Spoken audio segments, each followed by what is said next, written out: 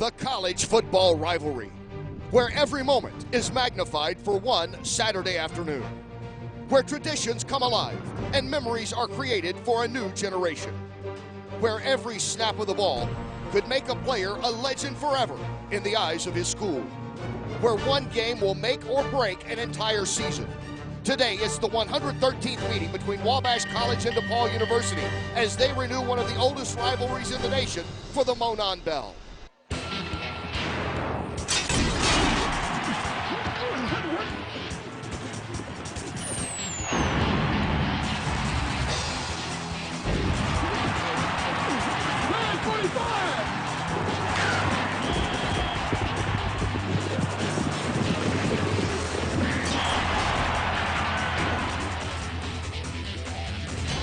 Winter has come early here to west central Indiana. Temperatures in the upper 30s, the wind gusting from 15 to 20 miles per hour.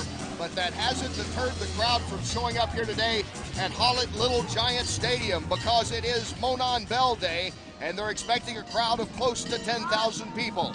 At one time, there was a grand old locomotive that ran through these parts on its way from Chicago to Louisville, the MONON Bell. And the bell rang out, an alert and a greeting to the citizens along the way. Today, the MONON Bell rings again for the oldest college football rivalry west of the Alleghenies, DePaul and Wabash. Hello everyone, I'm Kenny Rice, and after 112 meetings between these two great institutions of higher learning, they are separated by one mere victory. Glad that you could be with us for live college football today on HDNet, and happy to be joined by two men who know the history of this game well. Rob Doyle has played in it with DePaul. Joe Emick has covered it for many years with Wabash. Let's talk about the Wabash Little Giants, and especially a quarterback who has waited and waited in Dustin Huff, and he is making the most of his senior year. The senior from Martinsville, Indiana, one of the best Division III quarterbacks in the country. Number 2 in passer rating, number 3 in total offense in the country. 27 touchdowns against 7 picks.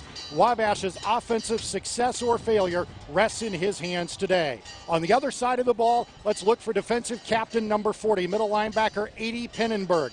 As a junior, already the 4th leading tackler in school history, he leads the squad in 91 tackles and 6.5 quarterback sacks.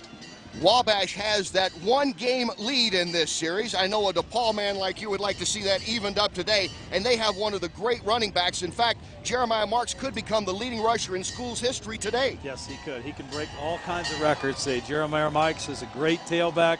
He's got season records, career records, and for us to win this game today, Jeremiah is going to have to be on the mark. And when we talk about the defense of the Tigers, they have one of the great defensive players. Yes, again, they're very fortunate. Justin Hurdle's a defensive end. He leads the team in sacks, leads the team in tackles, career sacks. He's got them all. He's got a great motor. He started in this game for 3 times. We need to get him going to stop this vaunted Wabash passing attack. You mentioned that. Wabash can put the ball in the air. They love to do it. They're averaging over 300 yards a game passing, one of the best marks in the nation in Division III. And, of course, with Marks as the running back, DePaul has a powerful ground game. We're happy to have with us again this year on the sideline our own Candace Kruger. Hello, Candace. Hello, Kenny. You know, the passion and enthusiasm that these two teams feel for this game is truly unbelievable. The excitement has been building with each passing day, and I think one player said it best when he said you could bring in Peyton Manning and the Indianapolis Colts and it still wouldn't be as exciting. Kenny, this is their Super Bowl, and it's all about this bell right here, the MONON Bell. As it rings on, thank you, Candace. The crowd arrived. Actually, some started showing up yesterday for a tailgate party that will last way into this evening, no matter how cold it gets. Someone will have the bragging rights, either Wabash or DePaul, in this edition of the MONON Bell. Stay with us. We'll get ready for the 113th edition coming up live when we come back to Crawfordsville, Indiana on HDNet. Has 3 interceptions. In 1932, the Chicago, Indianapolis, and Louisville Railroad Company, or MONON, donated the bell from a locomotive to be used as the prize for the winner of the annual DePaul-Wabash football matchup. The first game for the bell was played in front of 2,500 fans under less than ideal circumstances. Snow and frozen mud made for a tricky playing surface. The team slugged it out to a 0-0 tie.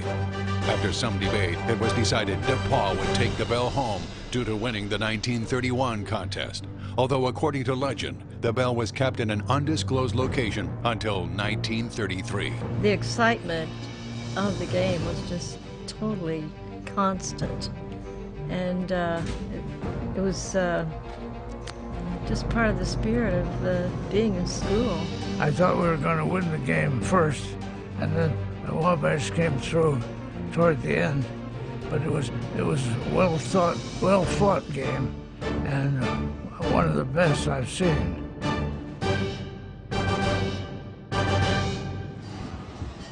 You're looking at the beautiful campus of Wabash. And here at Hollett Little Giant Field, we get ready for the 113th edition of the MONON Bell. As you look at the visiting team from just down the road, 27 miles away in Greencastle, the DePaul University Tigers. DePaul coming into this game a 6-3 record, finishing third in their conference this season. And here in the red and white, the Little Giants of Wabash coming out through the stands, greeted by their loyal fans, bringing a record of 7-2, tied for first place in their conference. As you look at our officials, and you will notice a little bit of soft going right in the middle of the field. We were inundated with rain yesterday and through last night. Hard to believe that just 24 hours ago, guys, it was 74 degrees here. Yeah, we've had a very, very rainy October and November. All the fields across central Indiana are torn up. When you go to high school games on Friday night, you see a mass of mud bowls, and that's what we're going to have today. And it's going to have an effect on this football game. Wabash's passing offense is tops in the nation. DePaul wants to grind it out. The cuts are going to be tougher. It's really going to affect some things. It'll be interesting to see which team adapts the best to these conditions. And you took a good look there at number 4, Dustin Huff, when we talk about passing. And Joe, we were talking about this yesterday. What a season he is having, one of the best seasons in Wabash history. He could finish the day having had the second best season in Wabash history for a quarterback and the best 10-game season. Jake Knott and Russ Harbaugh set their records in playoff years when they played 12 and 13-game seasons. So Dustin Huff is poised to have the greatest regular season of any quarterback in Wabash history. And Huff and the Little Giant offense will go on the attack first.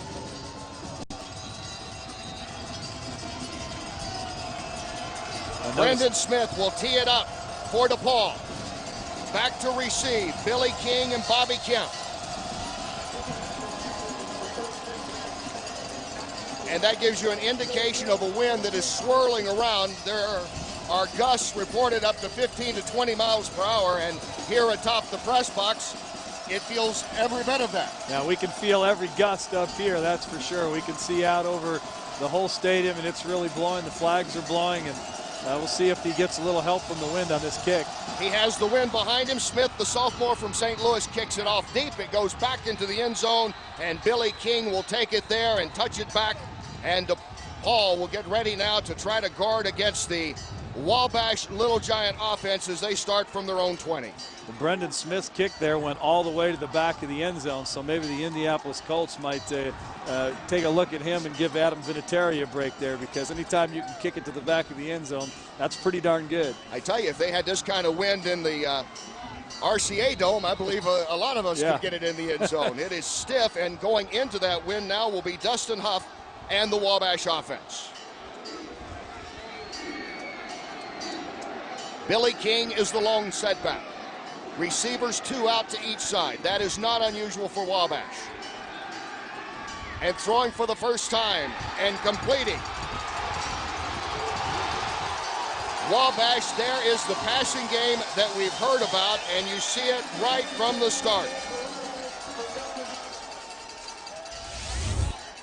This is what the Little Giant offense does very well. Play action, a quick pass to the outside, and Coach Creighton said yesterday they would stay aggressive in the passing game. Even if they were moving the ball into the wind, they did not want to get away from the character of this offense.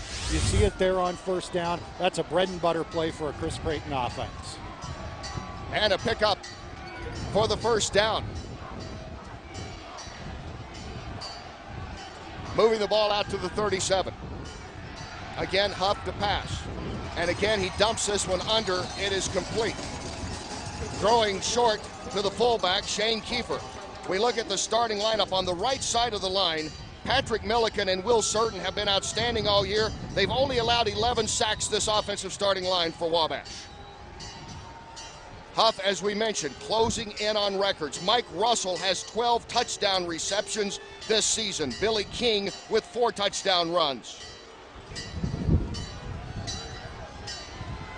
And Huff brings him to the line on 2nd and 3.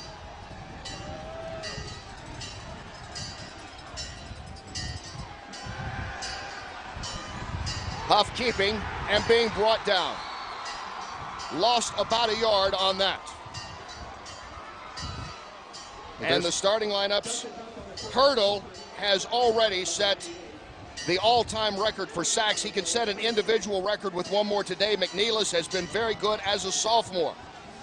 Eric Lewis leads the team in tackles. Farrell has been strong this year. And looking at the secondary, Sylvester is a big hitter with 3 interceptions. Pruitt also with 3 interceptions on the season. And now it's 3rd and 3 for Wabash at their own 45. Again, King the lone setback. And flipping it out quickly to Green. And Green moves out across the 50 into the Paul territory, and a first down for Wabash. Ray Green has become a factor in this offense over the last 3 weeks. The team's leading receiver, Jeff Walker, a senior, was lost to a knee injury 3 weeks ago against Wittenberg. Ray Green has picked up the slack. That's his 20th catch. Here you see the field conditions. The turf came out from under him, but he was able to keep his balance and dive ahead for the first down. And Chris Creighton again staying with what this team does best, the short passing game. And so far they made it through the worst part of the field, and they're on the move here in the first quarter. Huff 3 for 3, 30 yards. He continues to be great on 3rd down. He's hit on 67% of his 3rd down passes. Now on 1st and 10 at midfield. Handoff straight ahead up the middle, and that's Billy King picking up a couple of yards. Let's go down the sideline and check in with Candace. Well, Kenny, although he's a senior, quarterback Dustin Huff, this is his first Monon Bell game to play in. He's been anxiously awaiting on the sidelines for his chance in the starting role. He told me the wait hasn't been easy, but he said being a leader on the field this year has been great. And as you can imagine, he's been excited for this game for a while. Thank you, Candace. 2nd down and 8 at the 48 of DePaul. Again, receivers, a pair to both sides. Fakes a handoff, and Huff will keep himself and find little running room as he tries to go over that strong side of his line, the right side with Milliken and Certain. Well, it's interesting there, the first 2 plays in this series, Wabash went to the run. They were so successful in those first couple plays throwing the ball, and their strength is passing the football, not running it. And so now they're on the 3rd and the longest that they've had in this game. The play before, Louis Davila, his father played it at DePaul, was in on the stop. This time it is big, tough Mike McNeilis out of Bishop's Retard, Indianapolis. That's not going to be the strength, so I'm sure they're going to throw the ball here on 3rd down, but the conditions in this part of the field are not ideal. It is 3rd and 6. Huff has already completed 3rd down passes. Can he do it again? Good protection, over the middle, complete to Kiefer for a first down and more. Once again, Dustin Huff looking under and finding Shane Kiefer and getting another first down for Wabash as they move it to the 34 of DePaul. Dustin Huff has a full complement of outstanding receivers. There are 5 receivers with 12 or more catches on the season. This is the 2nd completion to Keffer, and on that play, we saw a matchup up front that Chris Creighton wants most of the day, and that's right tackle Patrick Milliken one-on-one with Dustin Hurdle. The Wabash coaches think Milliken is good enough to handle Hurdle on his own. That time he ran him right out of the play. Huff stepped up and fired the completion for the first down. On 1st down, ball is batted down. Getting a hand on it was Dustin Hurdle. Yeah, that time Dustin got in there and really disrupted the passing game. He did get a sack earlier in this series, and you see right there why he's one of DePauw's strongest players and one of the best players in DePauw history. Get in there, come around the corner in these difficult field conditions. It will be interesting, Joe. As you mentioned, the Wabash coaches think they can handle him one-on-one, and I think that's just going to be a nice little chess match all day long. 2nd and 10. for Wabash, a drive that started at their own 20-yard line.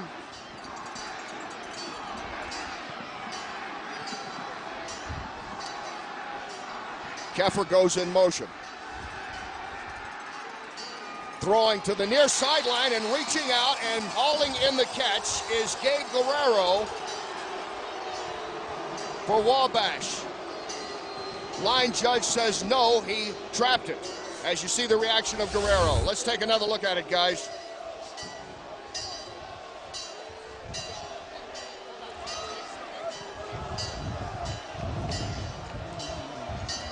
Hard to tell from that angle. Let's look at this one. Great effort. Yeah, great throw and a great effort. Yeah, that ball, probably a catch. Well, he was holding on to the ball, but the ball did hit the ground. So it's an incomplete pass, and it brings up another third down. It is 3rd and 10 at the 34 of DePaul. Let's see if Dustin Huff, with 3 receivers out to the left, can do it again. Trying to keep it, and nowhere to go. Nowhere to go on that one, as Ian McLeod, the 5'8", 235-pound senior from Texas, moves in to bring him down for a loss, and it's 4th down now for Wabash. Well, that's a great stop by DePaul's defense. They gave up a little bit. They bend as things come out, but eventually the defensive line took over it, and they got the stop. And that's just what you want to do. You know you're going to give up some yards. This Wabash offense is too good. They're too sophisticated. Coach Creighton's offense has been successful ever since he's come here. But what you've got to do is slow them down, keep them out of the end zone, and give the offense a chance to grind it out with Jeremiah Marks and get Spud Dick in there and see if we can get the passing game going. Chad Finley averaging 35 yards a punt, will kick it away. Standing back is Brian Milligan. And he'll try to pick it up on a bounce, and now will fall on it wisely in these slippery conditions out there to keep it into Paul's hands. Well, so the Tigers backed up on their first offensive drive. You really got to see there the field conditions, because Mulligan got his hands on that. He dropped it for a second, but then he was, here we go. He drops it for a second as he goes. Now, in good field conditions, he's thinking, I'm going to pick this up and go. But there, he starts to slip, and he almost loses the ball. That would have been a huge turnover, because historically, turnovers, the teams that cough it up the most are the teams that lose in this game. And here is Gary Dick, nicknamed Spud. That's what everybody knows him as, the freshman quarterback. As he hands off to get things started off, and getting the run, of course, is Jeremiah Marks, who needs just 116 yards in this game to become the all-time rushing leader at DePaul. Kerry Pappas has had a very solid year at left guard for the Tigers. That's a great start for the DePaul offense there. Get Marks going, you get 6 yards on first down. That's a great start. Gives you a full complement of plays as you move into your series. Gaines and Ariza are the receivers at the moment, but DePaul has a quartet of guys that they will use throughout the day. 5-yard pickup on that one makes it 2nd and 5 at the 11. And again, inside handoff, and again, it's Marks who gets it up to the 15. As we take a look at the Little Giant defense, Justin Gardner, a junior on this offensive line, a defensive line. And the secondary has played well this year, and of course the linebackers with Pennenberg, an All-American. Dyke has had a solid season. Croft, Bell, Peterman, Rooms, collectively they have 15 interceptions on the year. And on 3rd and 2.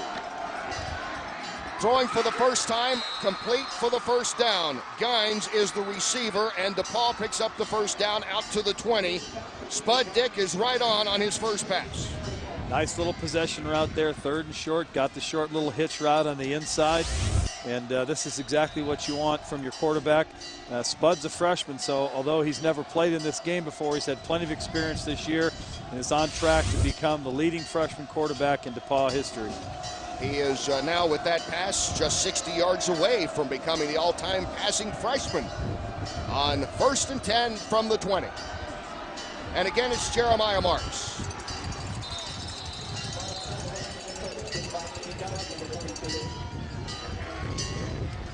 You get a chance to see a little Jeremiah Marks power there. There really wasn't much room to run at all, and he still got about 2.5 yards out of that. So That's a good stop for the Wabash defense. You want to put us in second and third and long and make the freshmen have to make plays. Rob and Kenny, I think third downs are going to tell the story all day for this Wabash defense. If DePaul is 3rd and 4 or less, it's going to be a long day for the defense. 3rd and 5 or longer, Wabash is getting done what it wants to get done on defense. On 2nd and 7. Handoff again to Marks, and he is corralled in the backfield. Lunges forward with power to maybe pick up a couple of more yards on that one. And that is part of defensive coordinator Neil Nethery's game plan. They're going to blitz quite a bit today, and they're going to run blitz. And when they do, it'll be number 40, middle linebacker A.D. Pinnenberg, who will bring that blitz. And it worked there. Marks got by him. The Pinnenberg strong enough to reach around the blocker, grab Marks by the shirt tail, and haul him down. A pickup of 1. It is 3rd and 6 at the 25. DePaul has been a good first quarter team. Throwing with the wind to his back for the second time is Dick, and it's short on that, intended for Gines. It's 4th down. DePaul will have to kick it away. And there's an illustration of how third downs will dictate what happens. The first third down was 3rd and 2. DePaul converted easily. This one was 3rd and 6, and Wabash holds them and forces the punt.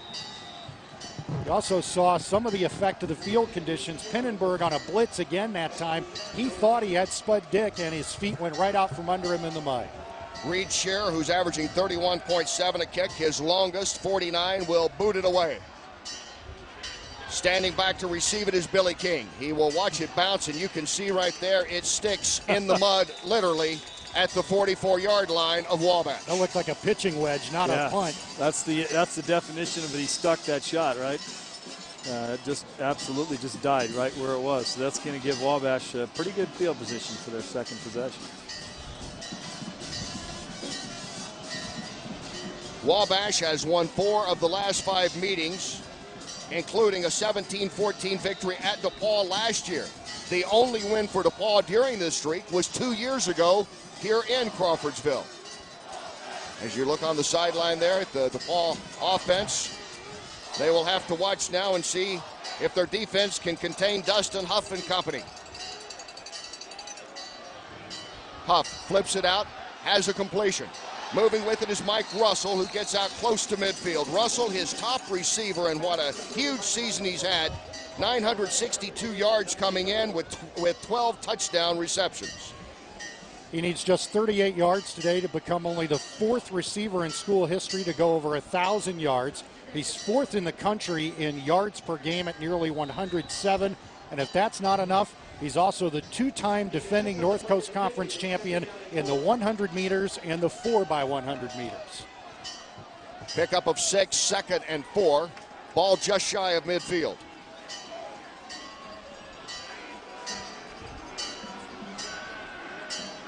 Huff out of the shotgun. Handoff to King. Into DePaul territory. Shooting up to bring him down, inside linebacker Rob Farrell, number 48. Big hole. Farrell closed pretty quick to keep that from being a first down. Actually, a very good closing speed there on Rob Farrell's part as the 5th leading tackler on the team. Kenny, the runner was actually Don Juan Brown, the number 2 tailback, and it will be interesting to watch the playing time between Billy King and Don Juan. King the better runner, but when they have to use the tailback to double hurdle, if they need help on hurdle, Brown is the better blocker. 3rd and 1.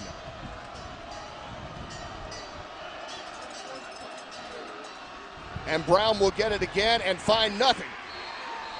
A big defensive stop for the front line of DePaul. There again, Dustin Hurdle comes up front and stuffs that play. And as we talked about already so far, the strength of this DePaul defense up front with Hurdle and the strength of the Wabash offense is in the air, forcing them into 3rd and short situation. They've been so successful with the pass. You sometimes wonder if they just don't want to chuck it up and get that. But certainly to win football games this time of year, you got to run the football. Yeah, and Coach Creighton, even though this offense is a passing offense, wants to establish the run, at least enough to keep DePaul's front 4 honest and perhaps use some play action for Huff. Chad Finley, 31-yard punt, and his other attempt will boot it away again. Mulligan takes it. Flag is thrown as he gets up to the 25. Block in the back, no doubt. 3:28 to go here in the first quarter. DePaul and Wabash scoreless as DePaul comes on the offense for the second time. DePaul on the season has outscored their opponents 82-24 in the first quarter. It's been their big quarter, and you were right. There is the push in the back. It's going against the Tigers. Let's go down to Candace now on the sideline. Well, Kenny, Wabash is accustomed to playing in front of 5,000 fans. DePaul, 4,000. They're hoping for 12,000 here today, which, of course, in turn means a lot of noise. To simulate the noise at practice this week, both teams would have every player that wasn't in on the play screaming at the top of their lungs, sometimes running out on the field, screaming in their helmets. I don't know if it works. We'll see. We will see, Candace, as the crowd, it's been a late arriving crowd with the weather today, but it's getting close to the 12,000 they were hoping for. The record 11,504 set here 2 years ago. You can't underestimate the value of a tailgate before this game now, Kenny. So. Exactly, and they do that a lot here as Spud Dick brings his team on the offense for the second time, starting at his own 9 after the penalty. Giving the handoff to Marks, who's tripped up in the backfield and brought down, and moving in to make the play is Andy Dodge. That was a great tackle by Andy Dodge there. Dyke has come into his own this season. He was a backup last year playing behind Tim Parker. That's his 61st tackle on the season, and as this defense has improved over the last 3 weeks, Andy Dyke has improved with it, and one of the reasons Neil Nethery's unit has been much better the last 3 weeks of the season than it was the first 5. No gain, 2nd and 10 at the 9. Throwing again, complete. Gets it out to Ariza, and he moves it up over the 15. David Ariza, 5'10", 190-pound senior from Los Fresnos, Texas on the reception. DePaul kind of went and did some of the things that they've seen Wabash do, that inside little bubble type screen. It's a safe pass, it's a quick pass. You don't have to worry about setting up in the mud, slipping, protection, and you get the ball in the receiver's hands and let them run. A pickup of 6. It's 3rd and 4 at the DePaul 15.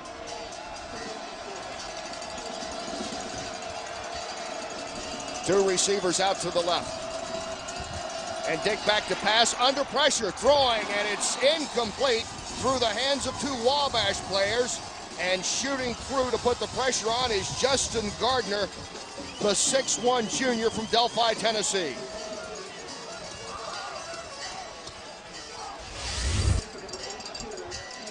That's 3.5 sacks on the season for Gardner. Here he comes on the weak side blitz. Nobody picked him up. Spud Dick left all alone without protection in the pocket, and Dyke forces the incomplete pass. Reed Shear with the wind behind him will kick it away, standing almost at the goal line. King stands back around his 45. Moves up and takes it at midfield. And is brought down almost immediately after making the catch. Well, Wabash has had wonderful field position this first quarter because really DePaul has had the win, yet Wabash is still playing the field possession game in their favor. Once this quarter switches, that's not going to be good for DePaul because Wabash is going to get the win, so they really need to defend this right now where they still have the wind at their backs.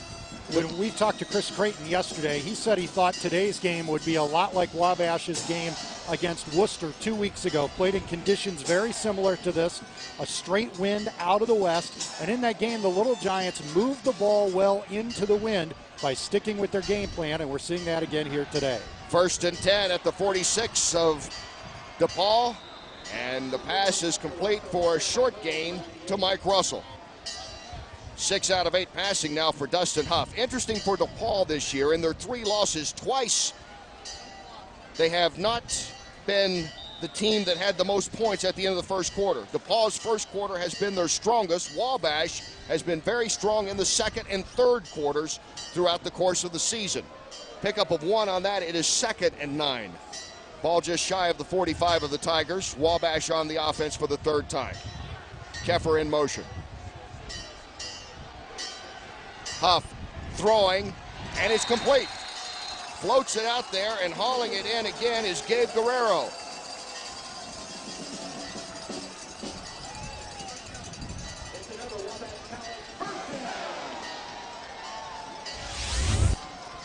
11-yard pickup on that, moves it to the 35 and moves it into a first down again for DePaul, for Wabash. Huff with a quick release and a great diving grab by Guerrero, junior from Texas. When he was recruited here, Coach Creighton thought he might become the #1 receiver. He's been beset by injuries, and it's only been just in the last 3 weeks that he's been healthy enough to play, and with the Jeff Walker injury, had an opportunity to play, making the most of it here this afternoon. Rhodey is in now at receiver. He goes in motion. Back to pass and throwing deep over the middle for everything, and it is complete down to the 1-yard line. What a pass from Dustin Huff. He laid it right up there for his tight end, Tim Chirac, the 6'1 senior from Lafayette, Indiana, brings it in. What a catch by Tim Chirac. He was well covered, and Huff put the ball in the only place he could without it being knocked away or intercepted. Look at the protection. He fires a beautiful deep ball, hits Chirac on the numbers, and he slides to a stop at the 1-yard line. And fellas, and after that, the first quarter comes to an end. In 1955, DePaul had failed to ring the bell in victory in 5 years, but that would change on this day at Blackstock Field. In the fourth quarter, with a score tied at 20, the Tigers' Maury Goodnight fakes the punt and throws for the first down.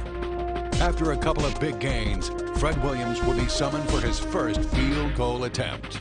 There's a pass back, the boot is up. It's good! It's good! It's good! It's good, fans! It's good! It's good! It's good! And that ends the game for the first time in 6 years, fans. DePaul recaptures the MONON Bell, and listen to the fans scream.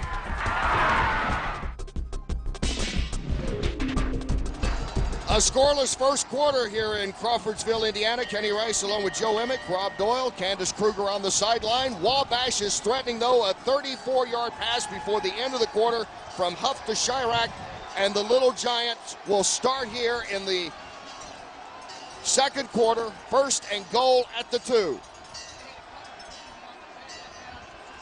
Huff the quarterback, lone setback is king. Huff rolling, throwing, and it's incomplete. Going for the back of the end zone and just missing Keffer. Well, it's interesting they chose on 4 downs at the 2-yard line. He chose to go with a pass on the first play.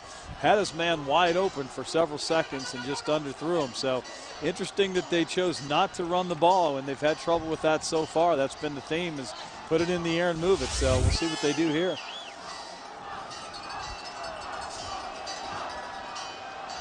Second and goal at the 2. Huff, who has 4 touchdown runs of his own, as Russell goes in motion to the left. Handoff up the middle to Keffer, and Shane Keffer goes in for his 6th touchdown of the season, and Wabash gets on the board first in the 113th MONON Bell. Well, they made that look easy. he did. That's his team-leading 6th rushing touchdown of the season, and he ran right up behind Will Certain and Patrick Milliken, 2 seniors on the right side of the offensive line, 2 guys who started every game this season on the offensive line. And the Little Giants get it done on the ground to score first. Chad Finley will kick out of the hold of Brandon Neighbors. Finley, 40 out of 45 on his point afters this year, and now 40 out of 46. It has not been automatic for either team this season, these PATs. And so it's 6-0 in favor of Wabash as we take another look at Keffer's score. Nothing fancy. Keffer takes the ball and goes right in behind Certain and Milliken, untouched for the score. And the Little Giants throwing on first down, running on second. And there you see the big hole through which Keffer runs for his team-leading 6th rushing touchdown of the season. And the Little Giants have the early lead, but we'll see whether or not this missed extra point plays a factor as the game goes on. Well, as close as this game has been over these many years, one game separates these two teams over 100 years. Extra points, field goals, fumbles, all these little things add up and make a big difference. And let's just hope this game is close enough, at least from the DePaul side, that extra point matters. So 7 seconds into the second quarter, Wabash gets on the board first, 6-0. Completing a 46-yard drive, and now DePaul will be moving into the wind for the first time.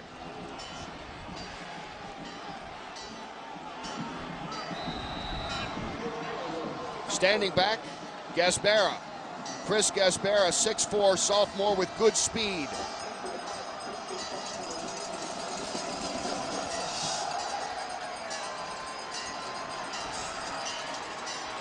Gaspar to the 10. Middle of the field, across the 20, across the 25 to around the 27-yard line. Nice return for the sophomore wide receiver. He actually had a little seam in there. If he cut it up just a second sooner, I think he might have got some more. But as you see, he brings this one in. The coverage was coming down, but the blocking was set up real nice, and you get a nice little seam in there. I thought he might have cut that up sooner because the pursuit got to him as he waited a little longer to get there. So DePaul begins this drive, 1st and 10 at their own 27. Dick throwing, complete to Ariza. Up the sideline before being brought out of bounds. Well, you got a chance to see Spud Dick's arm strength there. Although he's a freshman, he does have very nice arm strength. He gets rid of the ball cleanly and use a little play action there on 1st down, get the ball out to Ariza. You got to mix it up a little bit. They've established marks, but I think now you've got to score points to be with Wabash today. They're not going to score 6 points today. Pickup of 6. It is 2nd and 4. Receivers out to both sides. Handoff, Marks up the middle.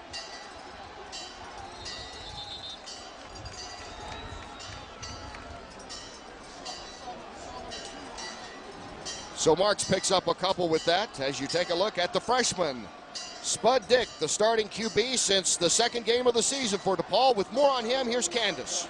Well, Kenny, you mentioned earlier that Spud's given name is actually Gary. That's also the name of his dad and grandfather. But when he was less than a week old, the family was watching TV when a Bud Light commercial came on with Spud McKenzie. His dad said, "Let's call him Spud," and he told me the name stuck ever since.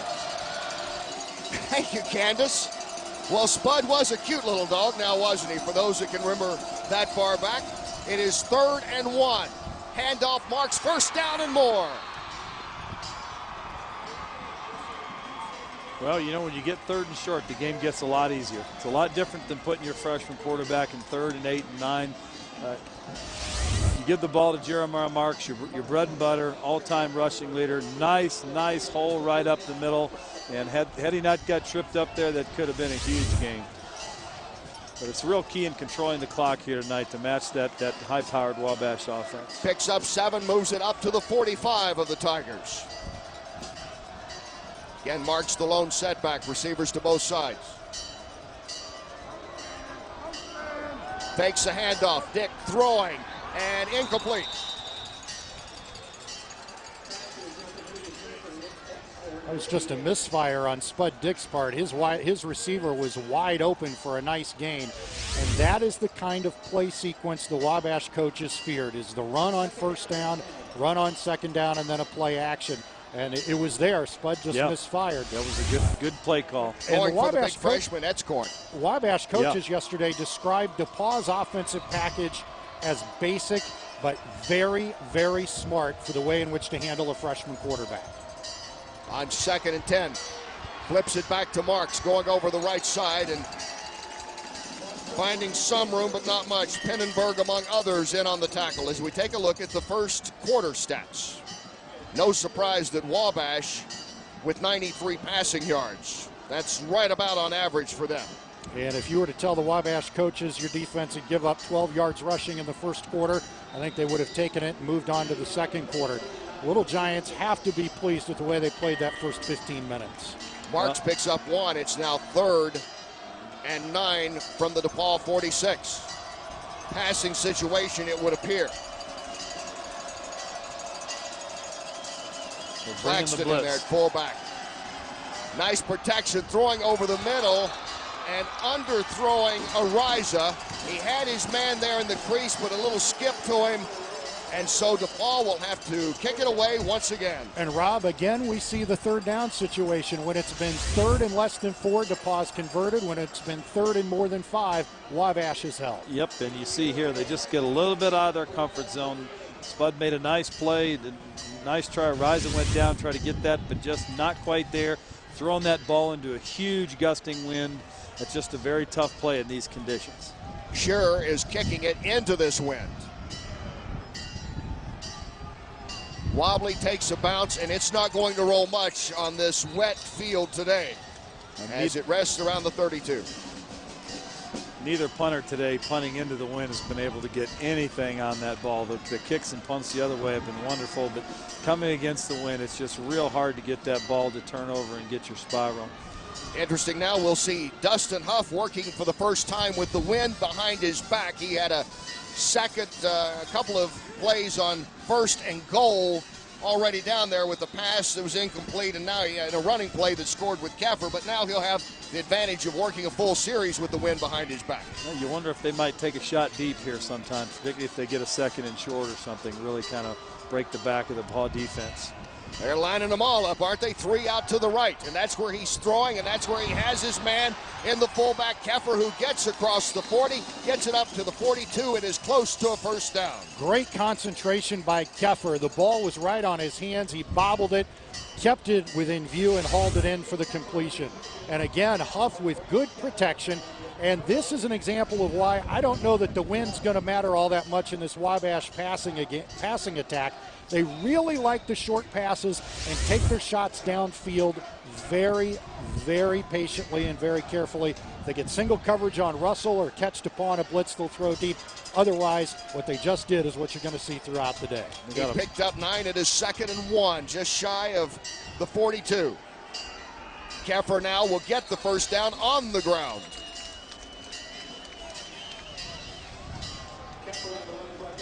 Well, you know, with 2nd and 1 like that, you've got the whole playbook in the arsenal there, and they chose to just go get that first down and move the chains and keep playing. It's a good, smart call, and as I mentioned, in this game, at some point, you're going to have to get the ground game going and get some first downs, get the touchdowns like they did the last time, and own the line of scrimmage, and that's where football games are won. They've really done a good job of that so far. 1st and 10 out to the 44 of the Little Giants. Brown is the lone setback. Looking to throw his Huff. He's throwing over the middle deep for Russell. Just out of his reach. Russell back there in one-on-one coverage with Javon Pruitt, and talking with Matt Walker yesterday, said we respect them, but we're not afraid to go man-to-man coverage with these talented receivers. As we said a moment ago, if they catch Russell in single coverage, they'll go deep, and that's exactly what they did. Huff had plenty of time to throw and just overthrew Russell. Well, that's that Peyton Manning, Reggie Wayne route there, the deep post. That's a tough one to hit, and they were close. 2nd and 10 is Chris Creighton. What a great job he has done here. 2 unbeaten regular seasons in his 6 years at Wabash. Looks on, and Huff under pressure, and he is sacked. And moving in to bring him down, would you like to take a guess? It is Dustin Hurdle. With that sack, he has set a single season record. He already holds the career sack record. Now he has 15 sacks in 1 season. And Dustin Hurdle going down as one of the DePaul great defensive linemen. I think that was actually his 2nd sack of the game. No, it's his first one. I don't know if he got credit for the other one in there, but maybe he was in there, but it's a great job. He just beat his man to the inside and really did a nice job. And I mentioned earlier, the coaches felt that Patrick Milliken, the right tackle, could handle Hurdle one-on-one. They do not think Brian Hiltz, the left tackle, can. They typically will give Hiltz some help with the S-back, or what they call their running back. Hurdle was lined up over Hiltz that time. They left him with one-on-one, and he got to the quarterback. A 3rd and 16. Huff nowhere to go. He's having to run, and he's going to be slammed to the turf. Javon Pruitt making the tackle, and DePaul making a stand. And it happened again. Hurdle lined up on DePaul's right side against Wabash's left tackle. They tried to block him one-on-one, and he came free to pressure Huff. There were a lot of white shirts there chasing him around. That's a very successful series there for the DePaul defense. That could have gone the other way with that long, deep post pass. They didn't hit it. And now they'll be punting with the wind, and hopefully that we'll at least be able to get some field position here. But kicking it away will be Chad Finley. Back to receive it is Mulligan. Big rush. They almost got to him, but not quite. And Mulligan has trouble with it. Did it touch him? He wisely moved away. It appears that it did not. And he got a good bounce for Wabash. You saw some of the little Giants pointing, as they should. Did it touch him? Maybe it's our ball. What a great job by Chad Finley to get this one off. I don't know how he did it. Greg, here we go. Greg Sylvester, actually is my nephew, and a very good, strong safety for the Tigers, was right there and somehow did not get a piece of that. It was like a wicket. It went right through the legs of Brian Milligan, and a great job again by Finley. Looked like he did a little hitch there in his kick. DePaul will take it over now, 1st and 10 at their own 15. Dick to pass. Throwing complete to Ariza, and a 1st down for DePaul. Well, the play action play set up those routes. They went with the play action, rolled Dick out a little bit so he didn't have so much traffic in his face, give him a chance to set his feet, made a nice throw, and that's a good positive game because they've been deep in their own territory for much of the game. Pick up a 14, moves it to the 29. Marks the lone setback. This is the 113th Monon Bell. Wabash leading it 6-0. DePaul on the move, and Marks carries. Gets up before being pushed out of bounds at around the 40.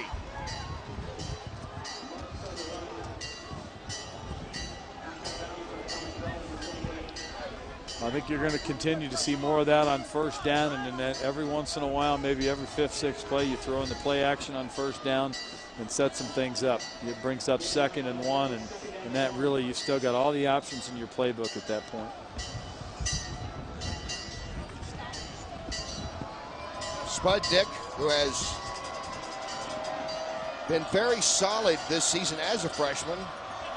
Matt Walker told us he shows a lot of leadership. He hands off here, and nowhere to go on that one for Marks. They were ganged up right in the middle on that 2nd and short, and that'll bring up 3rd down. Nice job by Andy Dyke. They came with a run blitz there. Dyke came in untouched, hit him head on, and Marks still able to fall forward. And one of the things that the Wabash coaches are most impressed about with Jeremiah Marks is they say he's one of the only backs who never loses yardage. Even when he's hit, he manages to at least get back to the line of scrimmage. You really got a chance to see how strong he is there. That turf was actually just spitting up like tires just running through it, and he was still churning his feet. 3rd and 1.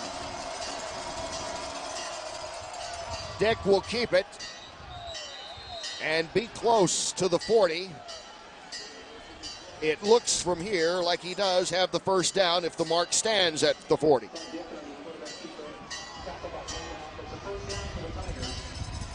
And he hasn't. Interesting talking with Matt Walker yesterday. He said that he thought Spud Dick possibly 5'11", 180. If he'd been a couple inches taller, a few pounds heavier, maybe 1AA mid-major schools would have looked at him. That he got overlooked a little bit coming out of Lawrence Central High in Indianapolis. We followed his career in high school, and Spud had a very nice career. He's well coached there. I think the 5'11" part is probably generous on Spud's part there. He's an excellent quarterback. He throws well. He played in probably the most competitive football conference in Indiana high school, the MIC conference in Indianapolis, and it's probably one of the, it's comparable to any conference, high school conference in the country. And as you say, if he was just a little bit bigger, he did have some looks, but at his height, we're glad to have him because he's going to have a nice career here. That pass to Gins, a pickup of 4, 2nd and 6 at the 44 of DePaul. Marks gets the carry. Running on the left side, running hard and still churning. Pick up about 4 or 5 yards.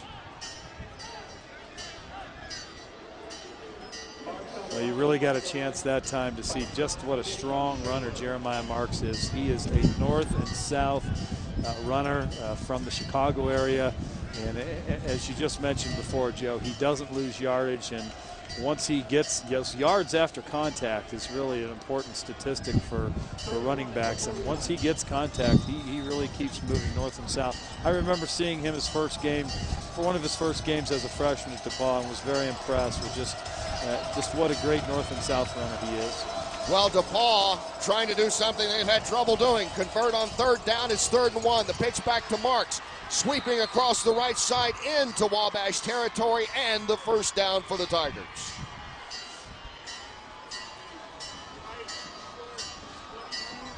Well, you see the players down there on the field. This is old-time football here. It's November. It's cold. The mud's there. You can start to see it on the jerseys. And what's the play? The old Green Bay sweep. We start bringing bodies out there, and let's go man on man and see if they can get the first down. And it looks like we're going to have that kind of slugfest game.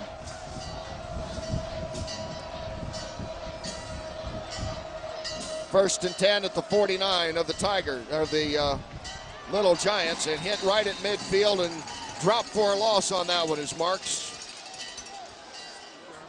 And there they came with a weak side run blitz again. Brent Bannock came from the weak side or the right side of this play, forced the run back inside, and Andy Dyke made the tackle. Yesterday, when we talked to Neil Nethery, his plan was to blitz as many times as possible, maybe as much as 9 out of every 10 snaps, but it looks like the field conditions may have tempered that a little bit. They've only been blitzing maybe 1 out of every 6 or 7 plays, and I suspect some of that is some nerves over the slick field conditions. Loss of 1, 2nd and 11 at midfield. Dick looks to the left. Now throwing to the right to Marks, who makes a turn and trips over his own man and a tackler as well. I'm sure they would have wanted that screen pass set up differently with Marks to kind of get his feet set first, get ready to turn upfield, and he wasn't able to do that. As you see, we pump one way and he comes back this way, but he gets the ball. He never gets his feet set to turn and see the defense. Had he been able to do that, he could have cut that play upside, and there was some positive yardage to be had. But let's give Wabash some credit. They defended that well. They pick up 3. This is the 10th play of the drive. 3rd and 8 at the 48 of Wabash. Rare formation. Dropping back is Dick. Still looking, and Pinnenberg is there, and Dick goes down. Back to his own 40. There's the All-American linebacker shooting through. The junior from Oswego, Illinois, came on the blitz again. He came right up the middle, had Dick in his sights the entire way, and he records his 7.5 sack. Here you see the replay. He comes right through, gets chipped just a little bit, but that doesn't deter him, and he brings Spud Dick to the ground. Pinnenberg, a junior, is already the 4th leading tackler in school history. Shearer boots it away. King will watch it bounce and roll and stop dead on at the 30-yard line, and that's where the Little Giants will begin this series, leading 6-0 here with 3:22 to go in the first half. That is a terrific defensive sequence for this Little Giant football team. They get the break on the punt that rolls between the return man's legs. DePaul comes back, gets out of the shadow of the end zone. Looks like they're starting to finally get ahead of steam, and then the Wabash defense is able to stop them, and they stop Marks on a couple of runs to get the ball back. Very, very good sequence for Neil Nethery's D. Next Saturday, college football rivalries continue with the game as Harvard hosts Yale in one of college football's most famous games. Kickoff is set for noon Eastern, 9 a.m. Pacific, here on HDNet. Starting at their own 30, Wabash trying to run and finding no room over on the right side of the line that has been so strong for them this year. Nice play by Ian McLeod. Really just beat his man to the inside and really has made it tough on Wabash to find any running lanes in the middle of the field. They had a nice sequence down there into the goal line, but other than that, there really hasn't been much in the way of a running lane to get that part of the game going. DePaul's defensive line is very quick. Michael McNeilis, Dustin Hurdle, those guys are really fast for defensive linemen. They have yielded only 6 points so far today to one of the top scoring teams in the country. Dropping back is Huff. Gets some pressure, now moves out of the pocket, flips it complete to Russell for a first down and more as he moves up close to midfield. And that kind of play is an example of the maturation of Dustin Huff as a starting quarterback. In the first half of the first game against Franklin, when faced in those situations, he didn't make very good decisions, threw a couple of early interceptions. Since then, he's not made a bad decision the rest of the way. And here, he's patient, waits for a man to come open in the left flat. It's Russell, makes a nice throw to him, and completes it for the first down. 19 on that one to pick up the first down, just shy of midfield, the 49-yard line of Wabash. I don't know who made that block on Mike McNeilus there, Joe. But that was a great block because he had his sights on Dustin Huff there. Going in motion is Rhodey to the right. Throwing it over the middle and incomplete. He floats it out there, and it was just out of reach. That was a little bit of a dangerous throw there, trying to hit tight end right over the middle. There's a lot of traffic in there, floated that up. Not what I've seen from Dustin Huff so far, and I know you've seen him all year. He's made very good decisions. That's the hallmark of his quarterbacking, and good decisions on these short passes. That's you're going to get very few mistakes with that. That play there surprised me a little bit, but having played the position, you're not going to make a great throw every time, and I certainly know about throwing interceptions in this game. So that was intended for Keffer. He has scored the only touchdown of the game. That was on the ground. Fakes the handoff, throws the pass complete to Green, who'll go down almost at the line of scrimmage in this slippery going. Actually might have lost a yard on that. That's strictly a field position, a field condition situation. I was about to say that. Any other day, that's a 20-yard gain for the Little Giants. Ray Green, one of the fastest players among the stable of Little Giant receivers, probably the second fastest only to Mike Russell. That's a play they like to use a lot. He catches it, plants and goes. You can't plant when you're running through a swamp at midfield. 3rd and 11 at the 48 of Wabash. Dustin Huff, there you see his numbers on the day. He is 3rd in the nation in total offense, over 330 yards a game. Back to pass, has good protection, throwing over the middle, has a completion to Billy King, the running back. Coming out of the backfield, he will pick up about 8 yards, but it's still going to be short of the first down. Patrick Milliken, the right tackle, did a nice job to handle Hurdle on that play to give Huff time to throw. But again, the field conditions were a factor. Billy King had room to run. He caught the ball in space. The minute he planted his foot, you could see the dirt fly up from his heels, and he had no chance to get upfield to the first down marker. Wabash now facing a 4th and 3 situation at the 45-yard line of DePaul. They have a timeout talking it over. It would appear they're going for it. Yeah, I think they will. I mean, DePaul hasn't shown us anything yet that would make you fear they're going to go down and get 60 yards in and get it in the end zone. Wabash's offense has been the strength of their team all year. I think they have plenty of confidence that they can get 4 or 5 yards. If they don't, DePaul hasn't shown us yet that they're a quick strike offense, and there's only a minute to go in the half. I think this is a good decision. I agree, Rob. I think it makes sense. They almost had their last punt blocked. They're going to have to snap the ball in the mud. It's not going to be a clean ball for the punter to handle. I think this makes perfect sense, especially at the end of the first half. The downside really doesn't have a lot of risk in it for the Little Giants. And especially in view of the last punt, Greg Sylvester had that one blocked. I still can't figure out how he got that off. I'd have to see that replay again because he was right there.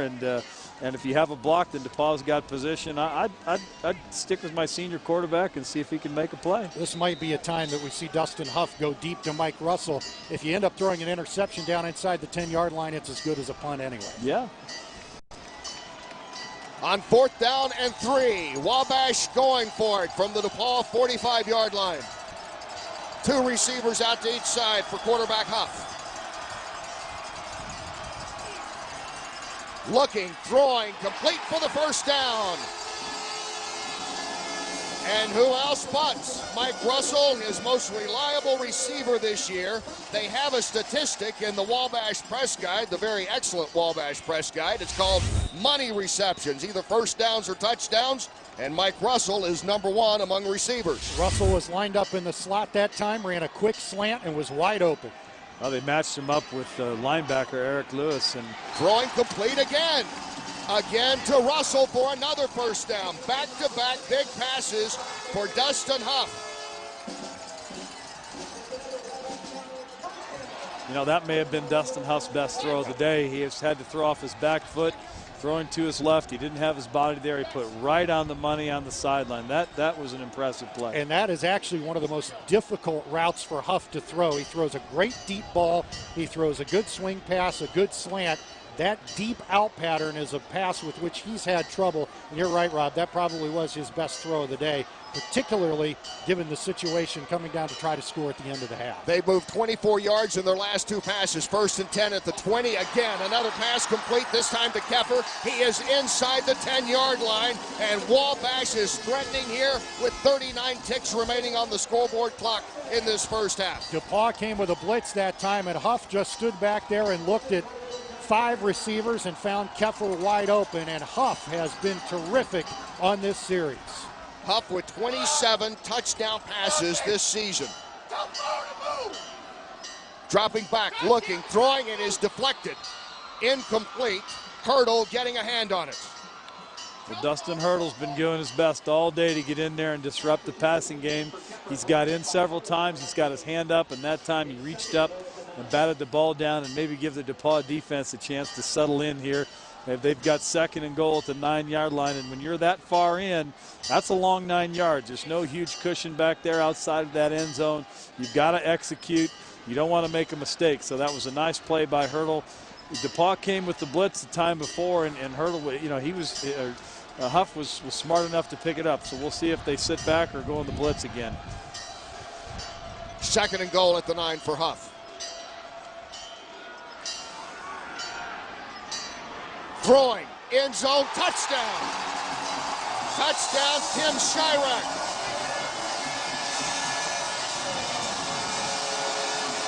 Tim Chirac and Dustin Huff have made the 2 biggest plays of the day for the Little Giants. In the first quarter, a 34-yarder to set up the first touchdown, and this one, a touchdown from Huff to Chirac. What a great play by Chirac. We'll see it here on the replay. Huff threw the ball well to the outside, and Chirac did a great job to get both feet down just before he fell out of bounds. A terrific throw and an even better catch. And Huff his 28th touchdown pass of the season as Chris Creighton looks on with a little concern there, because after missing the point after the first score, now they're going for 2. Up 12-0 here with 22 seconds to go in the first half. Huff keeps it and takes it in for 2. What a great play call by the Little Giants. Huff took a step back. It looked as if he was going to throw the fade to Russell in the corner of the end zone, and then he took it right up the middle. We haven't talked a lot about Dustin Huff's threat as a runner, but he is 3rd in the nation in total offense, and he came into the game as the 2nd leading rusher on the team. Here's another look at the touchdown. It's just a spectacular catch by Chirac. And then Huff on a great fake to sell the fade route and then take it in for the 2-point conversion and a 14-point Little Giant lead. And this is just where the Little Giants wanted to be, because, Rob, with DePaul's offensive scheme, pretty tough for them to play from behind. Yeah, it really is, and that sequence there, just the very end of the half, was huge, because 6-0 game. You're right there. If you DePaul, you slowed down one of the highest flying offenses in the country. Wabash has 0 yards rushing in the game, and if you have 0 yards rushing, you think most of the time you're going to come out in the bottom end of the score. So things at that point were looking pretty good for DePaul, but when you go into the locker room 14-0, you've got to find a way to put some points on the board. And I think statistically, the team leading in halftime in this game has won an overwhelming number of these games. But the one constant in this game is that you can never predict what's going to happen. This is a Wabash offense that's managed to put up incredible numbers without running the football. They average 37 points a game. That's 13th in the nation, yet they have not had a single 100-yard rusher all season. 10 plays, 70 yards. It ate up 3 minutes of clock as Huff dissected the secondary of DePaul to lead that scoring drive. Well, Coach Creighton's having a discussion down here with all of the officials. He's called them all over, including the head referee. Is coming back in from the back end of the end zone. I don't know what the issue. He's also gathered his whole team around. You see Chris Creighton in his 6th season as the head coach here, his 10th season overall. He has won 79% of his games. That is 4th among active coaches in Division III.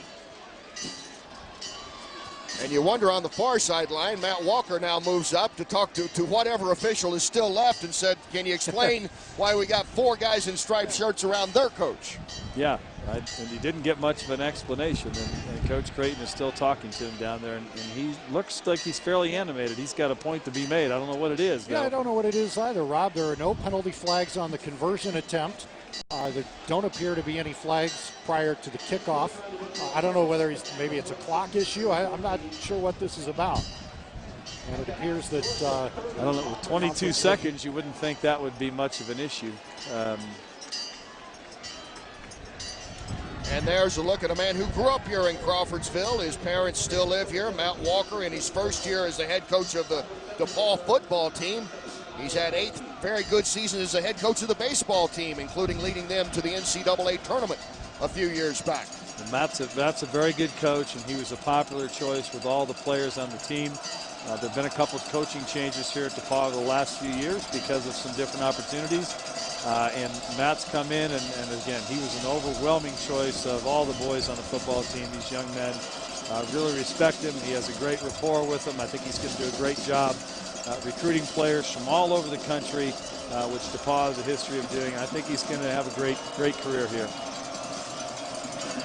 So now, whatever they were talking about, it's been worked out, and here's a little squib kick that is taken at around the 42-yard line.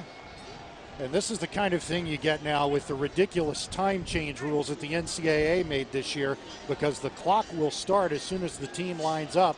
We saw it a couple of weeks ago in the Penn State-Wisconsin game with some shenanigans by the Wisconsin kickoff team to try to kill the clock at halftime. And you're going to start to see some pretty strange things going on kickoffs. Yeah, DePaul's not even going to come out and run a play. That's going to be the end of the half. They have called it. They have called it an early afternoon. Get ready for the second half, down 14-0 as the clock winds down, and maybe that is what Coach Creighton was talking to the officials about. Who knows? We'll try to find out as he gathers his little giants around. They have a 1-game lead in this series, and they are up 14-0 here at intermission, as the DePaul Tigers make their way back to the dressing room on what has been a very brisk, cool afternoon here in Crawfordsville, Indiana, as Chris Creighton continues to talk to his team. Yeah, he pulled them all over and talked to them before they went back in the locker room, and some guys started to make their way in, and he pulled them all back. And being around football, I mean, coaches sometimes they have a point to make, and they're not going to let anybody go anywhere until every kid on that team receives that message. So something happened out there that Coach Creighton was concerned about, because he wanted to make sure that every guy in a red shirt heard what he had to say. Well, he talked about yesterday to us that in all likelihood, this is their bowl game, their playoff game, in addition to the big rivalry. We'll talk more about that in a minute, but Coach Creighton is standing by now with Candace. Coach, I know you've got to be a happy man going into halftime, leading 14-0. What did you tell your team there in that huddle? You know, we haven't done a great job all year of finishing games off, and so we want to make sure that the locker room was in no way a celebration, because we got a long way to go. How important is it that you guys are going in with the momentum into halftime? Well, you know, we've done that several times this year and have fallen asleep to some degree. So I have absolutely nothing inside me that tells me this is over. Your guys have talked to me a lot about what a great motivator you are. What will you say to them in the locker room today? Well, I recruit motivated people. It's really easy to be a motivator when the guys that come to Wabash want to be great.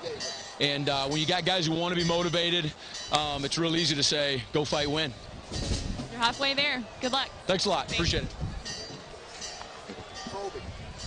All right, thanks, Candace.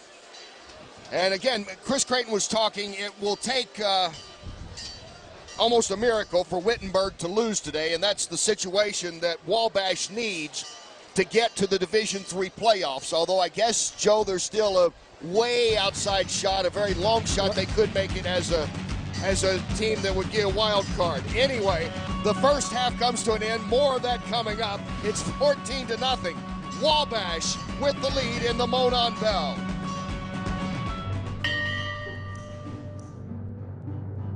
The 1983 game comes down to the final play. With 4 seconds left, trailing by 6, Wabash inside the 1-yard line. DePaul freshman Eric Raw breaks up the pass attempt to preserve the 16-10 victory for DePaul and return the MONON Bell to Greencastle. We called a sprint out pass, and I sprinted out. I was supposed to look for our tight end first, Nick Sirkovich. He wasn't open, and I threw it to Craig Harmon running it out. And when I let go of it, I thought we'd won because he was open. The defensive back made a great play, and I did throw it a little bit behind him. But when I let go, I probably even put my arms up. I thought we'd won. He dove, made a great defensive play, knocked it down, and we got beat 16-10. That was the last play of the game.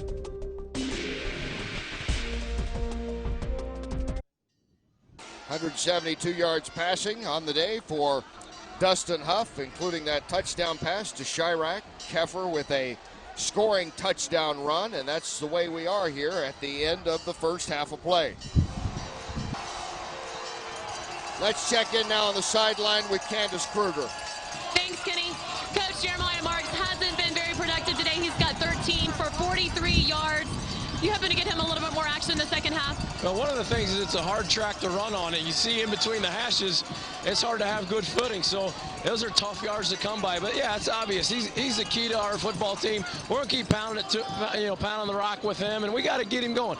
There are defensive plays with the loose secondary, hard to make big plays on. We need him to bust a big run for us, and he will do that for us. What all did you talk to the team about in the locker room to help get them fired up for the second half? It's only just got to believe. It's obvious we're playing a good football team. We just got to come out and find. I told them, you got 30 minutes left in this football season. Leave it all out there. Do the best you can. At the end of the day, if we played our hardest, we'll be somewhat satisfied. We'll be a lot more satisfied if we won. That's right. Thanks, Coach. Have a good second half. Thank you. All right, thanks, Candace. Had a very candid conversation with Matt Walker yesterday, who's a great baseball pitcher. He's a baseball coach, but he used to hold the strikeout record. He kept a guy in there this past year to let him break his record, which we were kind of joking about yesterday. As you look at Jeremiah Marks, who came into this game needing 116 yards to become the all-time leading rusher. It is inevitable for this junior from Glen Ellen, Illinois, that if not this game, he will get it next year. But Walker was talking about DePaul with a 6-3 record, a 3-3 conference mark. He said, I'm disappointed in that. We were supposed to be second in the conference. We thought we would compete better. The conference losses hurt. This is the way to salvage our season. Meanwhile, as we alluded to briefly at the end of the break of this first half, this is also the bowl game, the playoff game, basically for Wabash. They suffered a conference loss to Wittenberg, finished in a tie with them for the conference. If Wittenberg wins today, which they're an overwhelming favorite to do, in all likelihood there will not be an at-large bid coming here to Crawfordsville. That's right, Kenny. Wittenberg plays winless Hiram today in its final conference game, a team they've outscored 470-7 in their last 7 meetings. It would take nothing short of a miracle for Hiram to beat Wittenberg and send Wabash to the playoffs. But Rob, as you know, that's why this game is so great, because no matter what happens to either team, there is always something. It's a guarantee there's something to play for in the last weekend of the season. Yeah, you play to win this game. It's an emotional game. It's a tough game. And I often heard Coach Moroza say when he first came here from the Big Ten that this game really had all the intensity of a really good Big Ten matchup. DePaul will receive the kickoff to start the second half. Across the 30 up to the 35-yard line. Decent field position for the Tigers to start here in the second half of play, as carrying on that one was Daniel Stauffer. Well, it's nice field position to start the second half, and as we talk about in games, it's important to start well, it's important to finish well, and you want to start well in the second half, because that 14-0 deficit means nothing. If you go down, it's a 14-7 game. Momentum can change. The crowd changes, so it'll be very important here for DePaul to come out and get something going. The second half has been a tough half for DePaul this season. This might be a very important drive. Dick throwing wide open, completion. He hits Ariza for the first down across midfield, where he's gang tackled. You know, they just went into a little shotgun there with max protection, 2 running backs. Ariza on the outside. He just ran a little out route. Wabash's coverage was very, very loose, as you'll see. He's got tons of cushion out there. Spud Dick has time to get his feet set, hits him, and it's there for a big game. I really think there's an aspect there of DePauw's passing game they can't exploit. They are effective when they want to be, and they're down. I know Coach Walker said he wanted to establish Jeremiah, but I think you can bet that there's going to be more passing attempts this half. Check that. Brian Mulligan, actually the leading receiver on the team, making his first catch of this game. Here's the pass to Gines. He gets it down inside the 45, picks up about 7. Mulligan just made a great block there to spring him, because that would have been good for maybe a 1-yard gain. But Mulligan, the freshman, again, and on a great play, and sets it up for 2nd and short, which is a good position. Looks like DePauw's really going into this no-huddle offense. That's something Coach Walker talked about before the game. He thought that was a nice changeup, and he thought they actually played more mistake-free football out of this no-huddle. And you wonder, will Mulligan get more involved here in the second half? Inside handoff to Berman as he spins and picks up a couple of yards on that play. The backup fullback, junior out of Cincinnati. Now, he doesn't get a lot of carries, and I think that was a little bit of maybe a misdirection there, and maybe a little surprise type play, thinking they could spring him free. 3rd and 2 at the 42 of Wabash. And you can see Dick is using the armband there to call the plays and get them in the right spots, the right play in the right formation.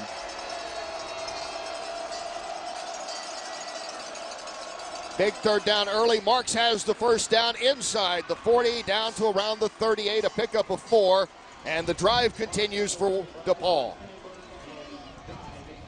And this no-huddle offense will create some problems for the Wabash defense. There are 17 Wabash players who have 15 or more tackles on the season. They like to play a lot of people, and the no-huddle will make it difficult, if not impossible, for them to substitute. Dick out of the shotgun. Complete to Gines.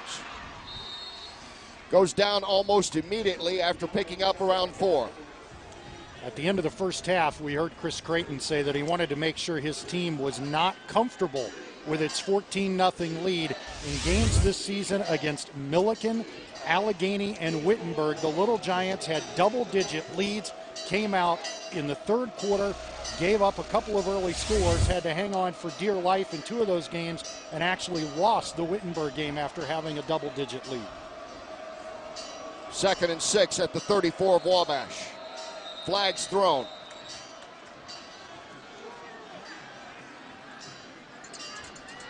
Probably an illegal shift there.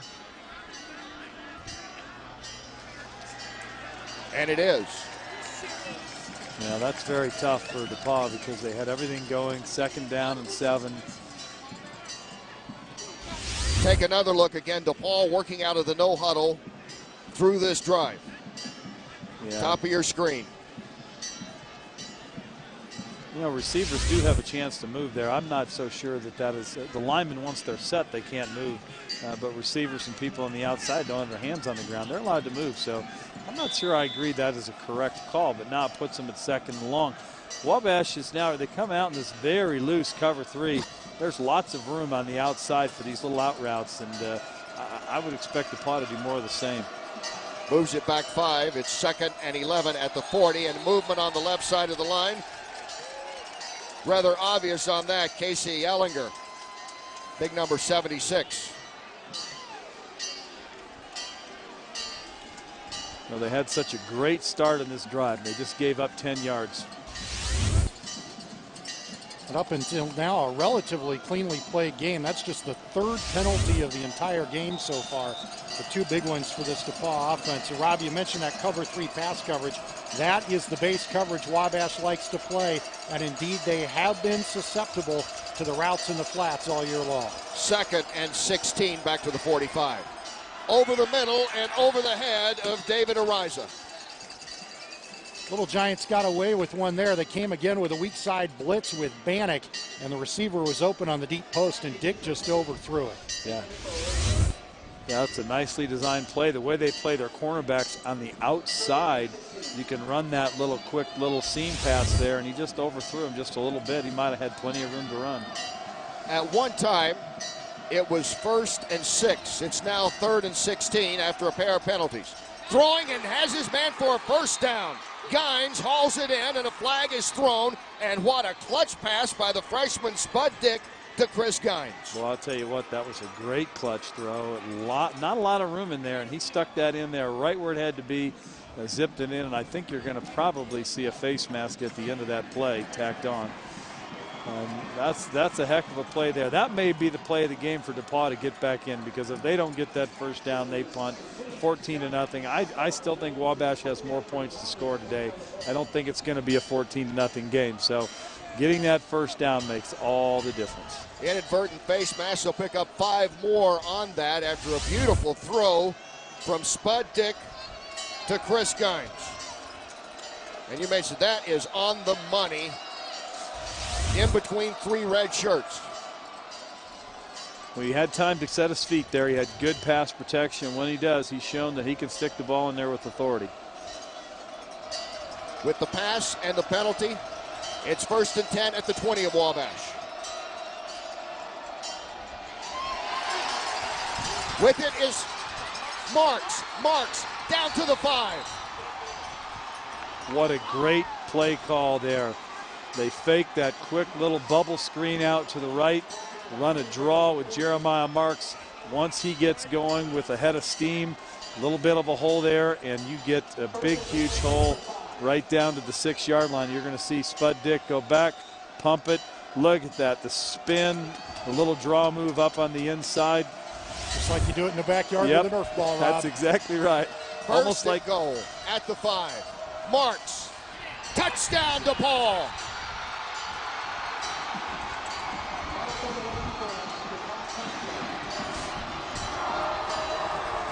And the Tigers making a statement with their opening drive here of the second half to get on the board. Well, Coach Creighton must be prophetic, because he really was concerned about the intensity level in the second half. And DePaul came right out, hit a huge 3rd down play, a huge play here, and Marks just powers his way in behind that big offensive line. And hopefully there they'll bring it in, be able to 14-7. Tyler Mallory will kick out of the hold of Abe Winkle, and he puts it through. You know, 9 Rob, plays, 64 yards. It took 4 minutes and 14 seconds. You know, Rob, I mentioned earlier the Wabash coaches described DePaul's offensive scheme as pretty basic but very smart. But when we asked Neil Nethery, the defensive coordinator, what did worry him, he said, you know, when Nick Morozes coached against us, there's always something a little different, a reverse, a quick screen, something like this little Statue of Liberty type play on the 3rd down conversion that led to this touchdown. And he said, the one thing I don't know is Matt Walker played for Nick, started to coach for Nick. How much of Nick in that regard is in Matt Walker's play calling? I think we saw it right there. I think you see it, and one of the things we used to talk about, I only played 1 year for Nick, but one of the things with him is even though over time, you know, you start throwing the football and that's the modern game, Nick's first inclination was establish the run and believe that you have to run the football well to win football games on a consistent basis. And certainly it all starts with that. But there's wrinkles there, there's surprises, and we'll see. Who knows? There's a few other wrinkles I know up Coach Walker's sleeve. Today we'll see if he has to get to them. Marks, you look at him there, his 13th touchdown of the season. Last year he had just 31 rushing yards in the loss to Wabash.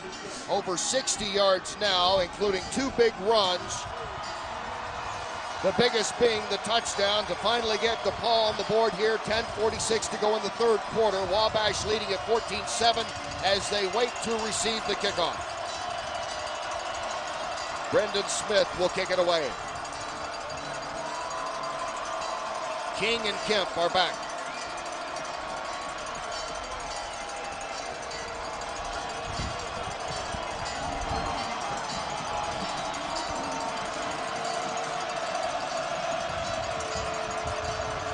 Slight wind at his back. Low liner that's picked up by King. And it's fumbled. Loose ball. Who has it? They're piling up at the 25. DePaul thinks they have it. And they do. And they do. One of the big things that comes up in huge games is turnovers. And the teams that hang on to the football are usually the teams that are going to win the game. You'll see here, it looked like when that squib kick gave the coverage a nice chance to get down. Number 92 for DePaul gets a hand on the ball and it pops out. Levon Johnson, number 13 at the bottom of it all, comes out with a huge play for DePaul. Can the Tigers take advantage? 1st and 10 at the Wabash 25.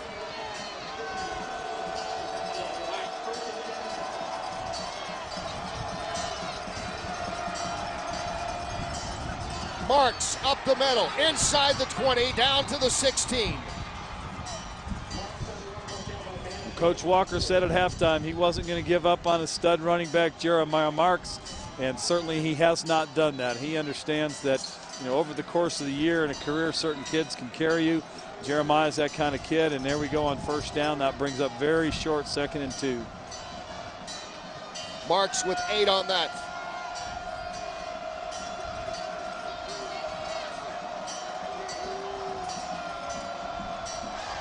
Marks again, finds room. Nice change of direction as he moves it down close to the 12. And again, this DePaul no-huddle offense prevents Wabash from substituting on defense as much as they would like, and the defense has been on the field for a long time here in the 3rd quarter. It is 1st and 10 at the 12. DePaul marched the opening drive in for a touchdown here in the 3rd quarter. They recovered a fumble on the kickoff, trying to take advantage and tie it up. Marks again, inside the 10. You know, it's amazing what a little momentum will do for a football team, because some of those holes that were kind of there in the 1st half, Jeremiah was doing a good job carrying people, but there wasn't a lot of room. All of a sudden, a big play happens, and those holes seem to open up just a little harder. The blocks stay a little longer. Picks up 4. 2nd and 6 at the 9. On the delay, Marks again.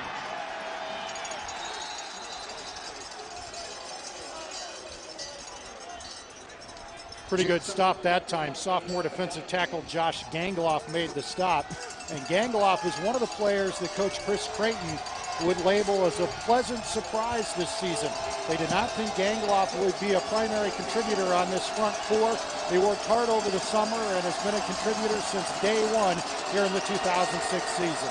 3rd and 4. Ball around the 8. Marks again, right up the middle, leaning forward, and he's going to be close to that 1st down. Very close. Jeremiah Marks, he is a workhorse, and he has been since day 1. The junior out of Illinois has led DePaul in rushing all 3 seasons he's been on campus. It looked like they were going to stop him, and he just kept pounding and pounding. The offensive line stayed with it, and now they have 1st and goal. He gets the 1st down, 1st and goal at the 3 for DePaul.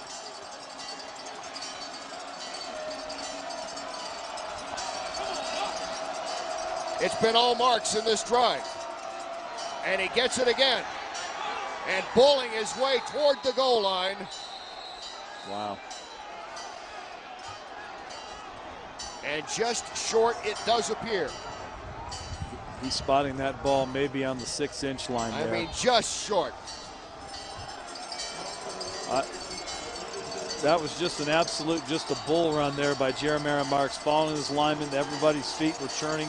You've got some decent field conditions down there. 2nd and goal. Dick keeping it, trying to find room.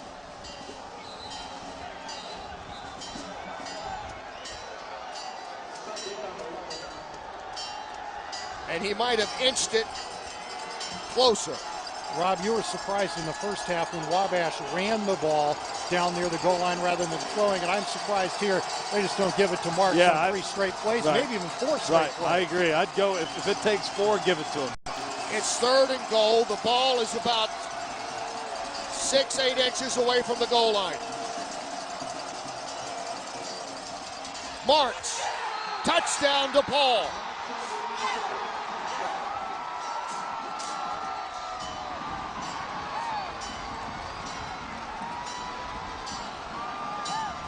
And plenty to cheer about for the black and gold in this 3rd quarter. They pulled within a point. Jeremy Marks' second touchdown of the day.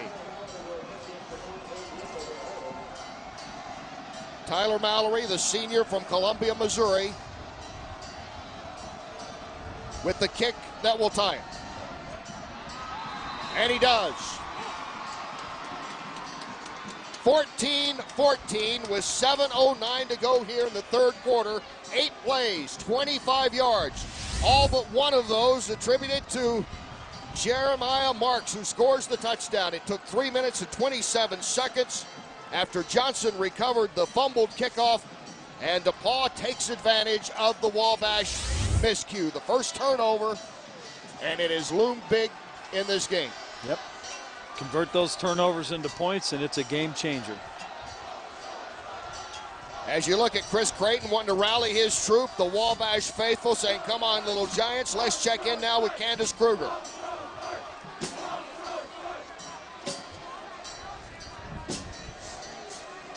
Rushing last year, Wabash held Jeremiah Marks to just 31 yards rushing last year. What a lot of people don't know, though, is that Jeremiah was very sick with the flu before that game. He was receiving an IV for 2 hours prior to kickoff and was actually in the hospital for 2 days after the game. So it just goes to show when he's healthy what he can do. Kenny? All right, thanks, Candace. Marks now over 100 yards rushing on this game. Smith will kick it off. King and Kemp back deep for Wabash. Kemp moves back, takes it near his goal line. And is brought down around the 14. Not a good decision by Kemp to bring it out there. When he planted his foot in the end zone, he slipped a little bit on a part of the field that's chewed up there. Probably would have been better off just to let it go and take the touchback. I agree with you, Joe. That was probably been a better one, just to let it go, take it out at the 20. Now they've got the ball inside their own 15-yard line. Alex Fitch, the 6'2", 220-pound freshman, was flying in there to make the tackle. Wabash works from their own 14 on 1st and 10.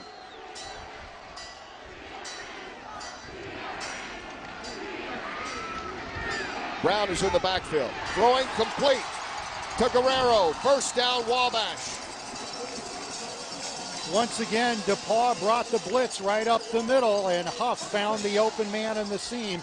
It's Gabe Guerrero, and a third player that we didn't anticipate producing a lot today, along with Keffer and Chirac, is Guerrero. That's his third catch. Guerrero was on the outside, Russell was on the inside. Russell ran an out, Guerrero ran the in route against the blitz, and he was wide open for the first down. 15 yards, moves it up to the 30.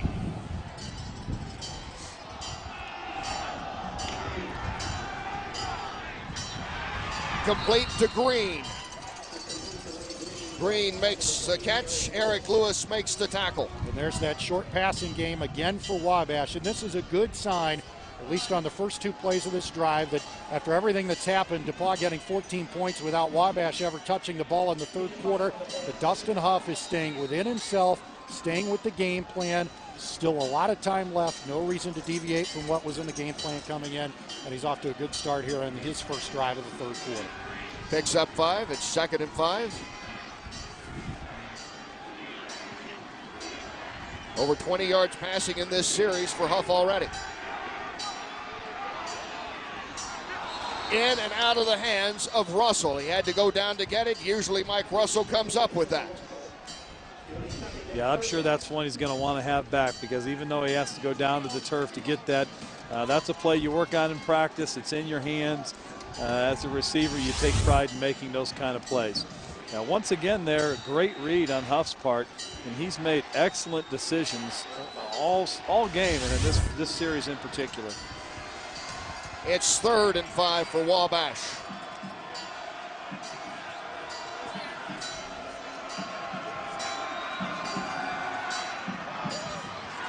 Complete and a first down.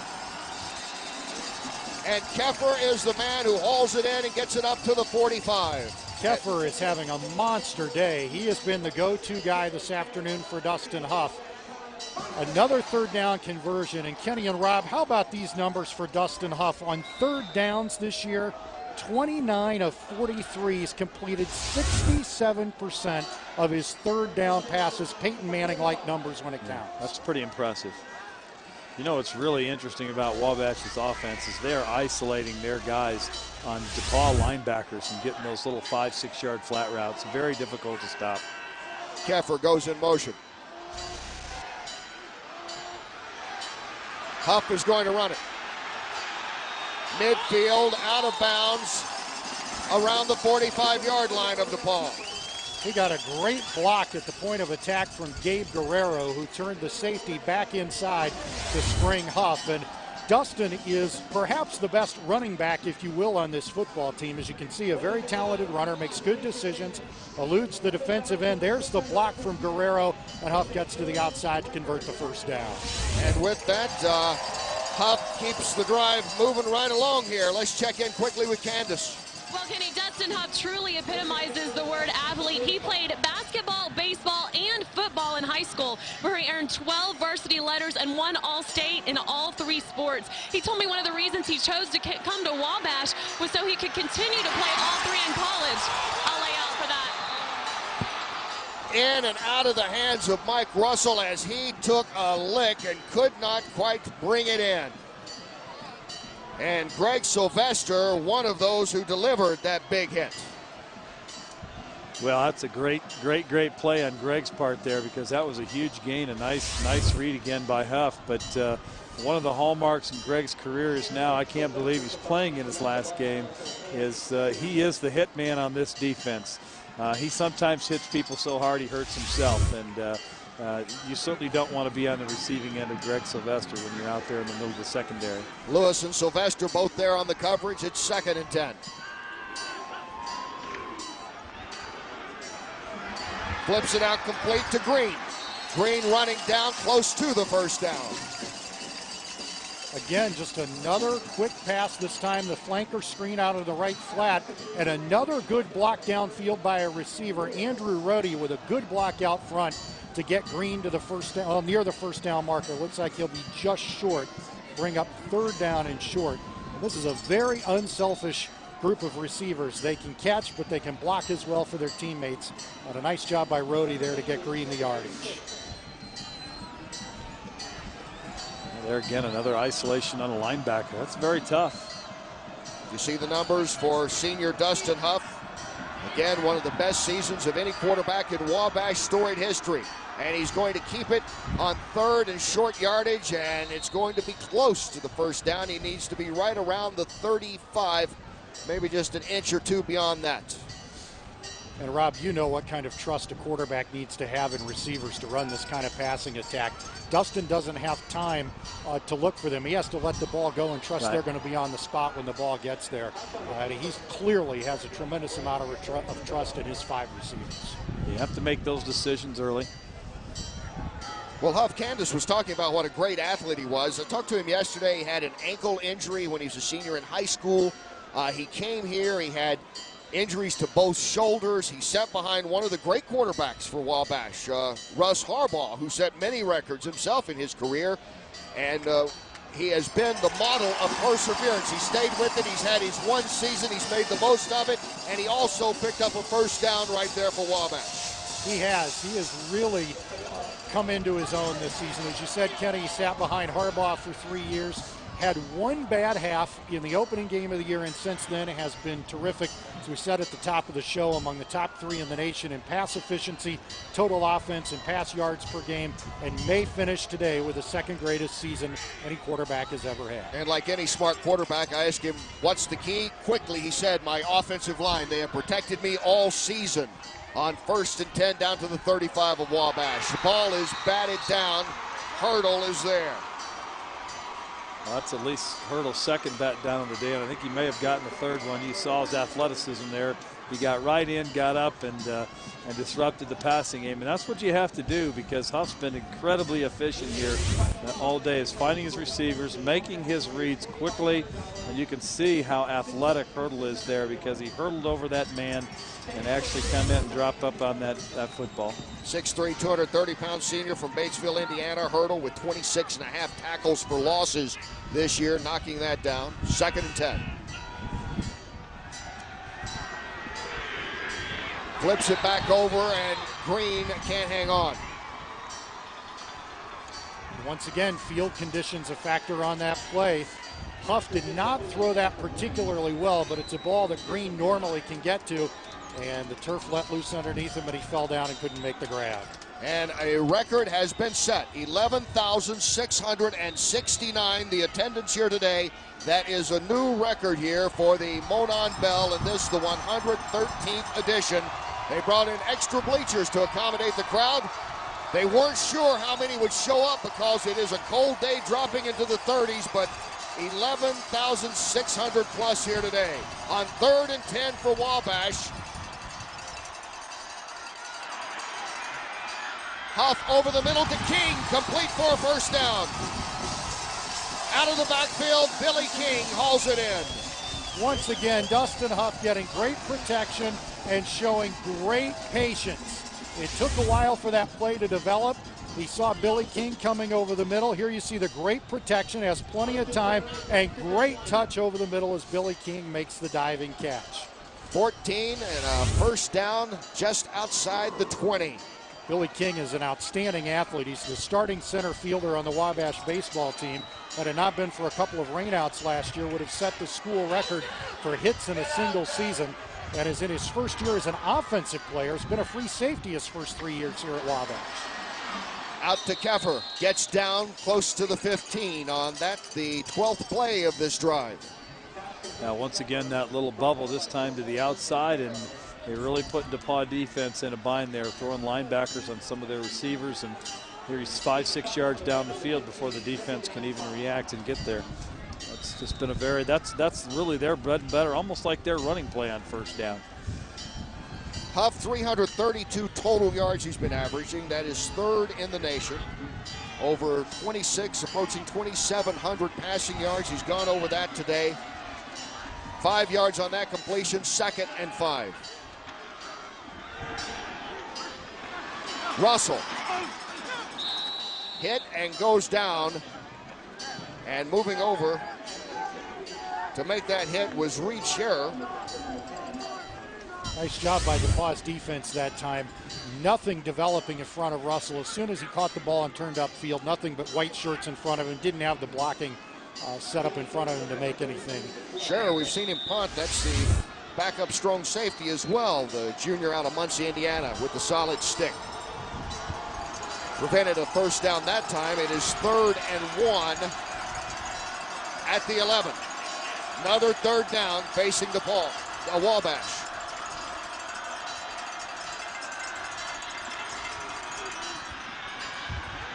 Handoff Keffer, stacked up. Looks like he's easily made that first down. I'd be surprised, yeah.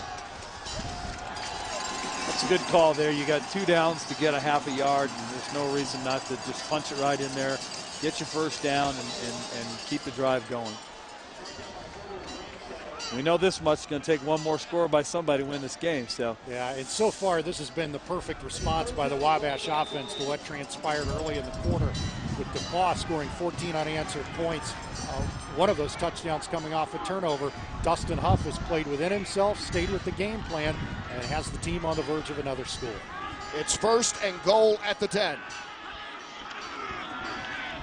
Throwing incomplete. Over the middle, intended for Ray Green. Green turns around a step early. That's a touchdown. I'm not sure if Huff checked there and Green didn't catch it, but he would have been wide open on that quick slant. You'll see it here. Green just wasn't ready for the football. Yeah, just a little miscommunication. It looks like the outside slant. That's where I thought he was going to go. It was really open there, and I'm not sure what they were looking at, but it was there. 2nd and goal at the 10 with a minute to go here in the 3rd quarter. Tied at 14, Wabash with the ball.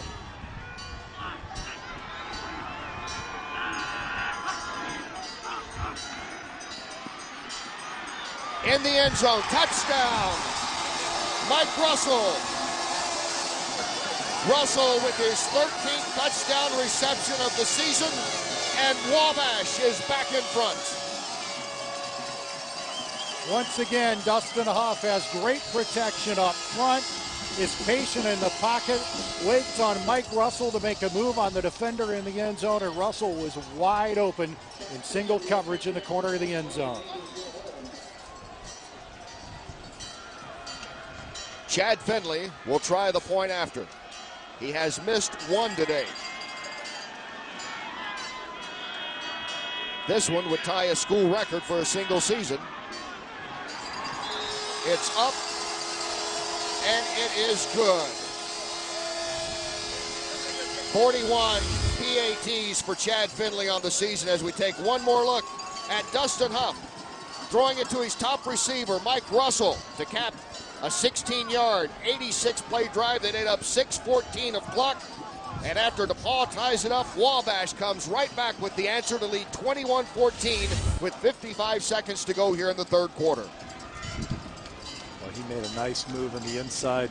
He faked the post move, bent it out to the outside, and he got at least 3 or 4 yards of cushion. Dustin Huff had plenty of time to see it. Well, you're going to get a better shot here right now. You're going to see, watch this move to the inside, boom, and then to the outs, he bites, and he's wide open. That is a great setup play. Those are the kind of things you work on every day in practice, and you never know when that play is going to happen, when you're going to be able to use it, but they just executed it to perfection. And you see Russell taking his helmet off there, exposing his mohawk haircut. That was something that the defensive players started this week. A couple of us were over in the dining hall for lunch on Monday and saw all the defensive linemen with it. Next thing we knew, there were about 400 guys on campus this week who were sporting mohawks. And Coach Neil Nethery is off the hook. He told his defense if they pitched a shutout, he'd get the mohawk. On a cool day like this, they might want to keep those helmets off with both sides exposed. The short kick wisely taken and down by Wright, backup linebacker, and DePaul will go to work at their own 35. Wabash could not have had any better response to the opening of that third quarter than that 86-yard drive.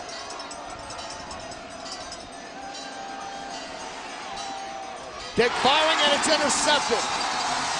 The first interception of the day, and it's picked off by Justin Gardner. Is that Gardner that got it?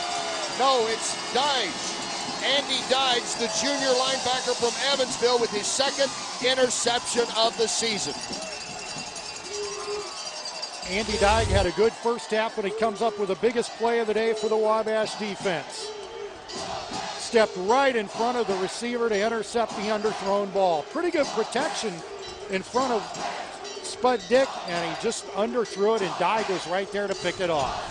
Dyke's second interception of the year, 16 on the season for Wabash. That was the 6th time this year that Spud Dick has been picked off. And Wabash now getting a DePaul turnover. What will they be able to do with it, taking over at the Tigers' 45? Brown, inside handoff, gets inside the 40, down to around the 38. Don Juan Brown, a senior out of Houston, Texas. Well, once again there you see the little surge after a big turnover. Wabash really hasn't run the ball much today or with much success. You come back with a nice little running play out of that shotgun, and he gets 8 yards. So, and that is the end of the third quarter as we take one more look at Mike Russell hauling in the Dustin Huff pass, and that's the difference right now. Wabash trying to keep the bell here in Crawfordsville. They lead it 21-14, fourth quarter coming up.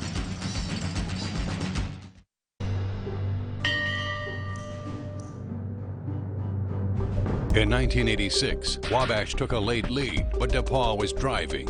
With 25 seconds left, Jeff Boris completes the pass over the middle, down to the 20, to set up what should be an easy field goal attempt. But the Tigers cannot get their field goal unit on the field by the time the clock winds down, and Wabash retains the MONON bell for the 3rd straight year. Jeff Boris, after that ball game, I know we were all feeling bad, and he was a freshman quarterback. And he says, Coach, he says, we won't lose again in the next 3 years. So his sophomore, junior, and senior year, we did win a belt. Live in Crawfordsville, Indiana, as we begin the fourth quarter. Wabash on their home field, leading 21-14 over DePaul.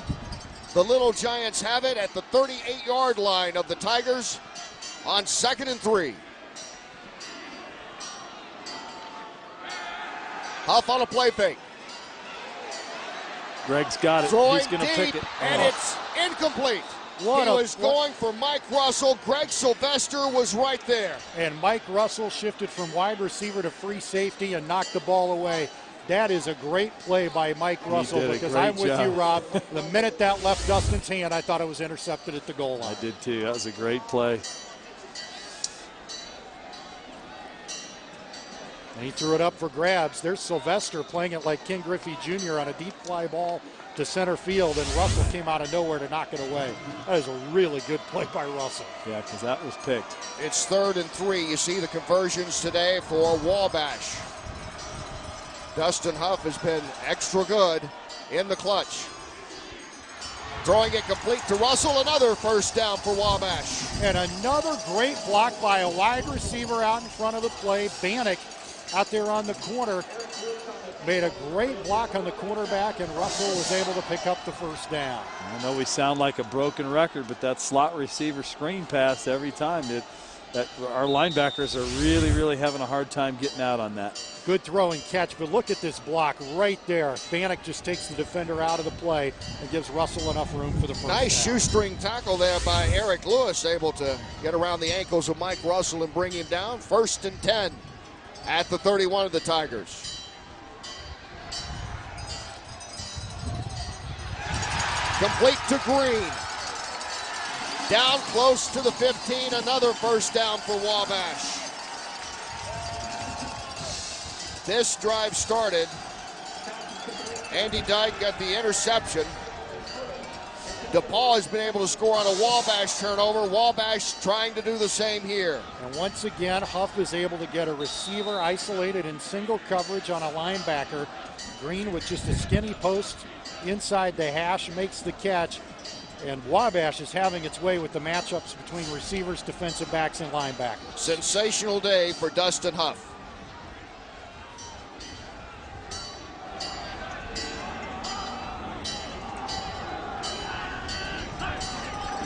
First and 10 from the 15. Incomplete, going for Bart Bannock. Just a little bit behind him. He was very patient, waited for that slant pass to open up, which has looked like it's been there a part of the day. He just couldn't quite hang on to it.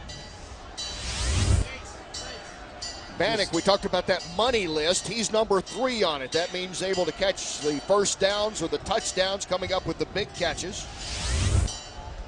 And of course, with Wabash's talented receivers, Jeff Walker out for the season with a knee injury, and reading an article yesterday where several of the receivers like Bannock and Rhodey complimenting Jeff Walker for standing by them and encouraging them even though he's not playing any longer. 2nd and 10.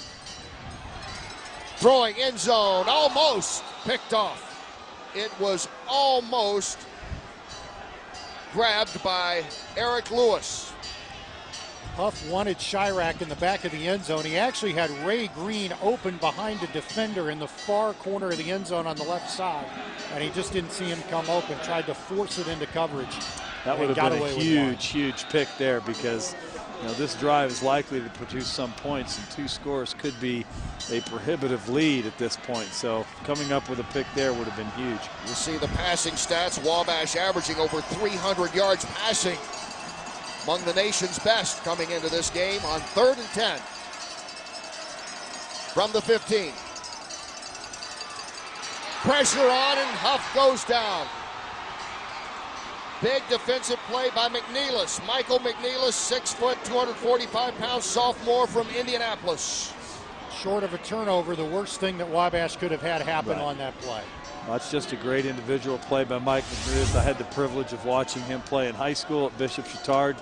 He was a 3-year starter there and actually was a prize recruit from several other programs. But he chose DePaul University for the quality education and the chance he would have to compete in a game like this. And hopefully someday the playoffs. So Mike's having a great career, only as a sophomore, comes up with a huge, huge play. Well, they're going for it on 4th and 19.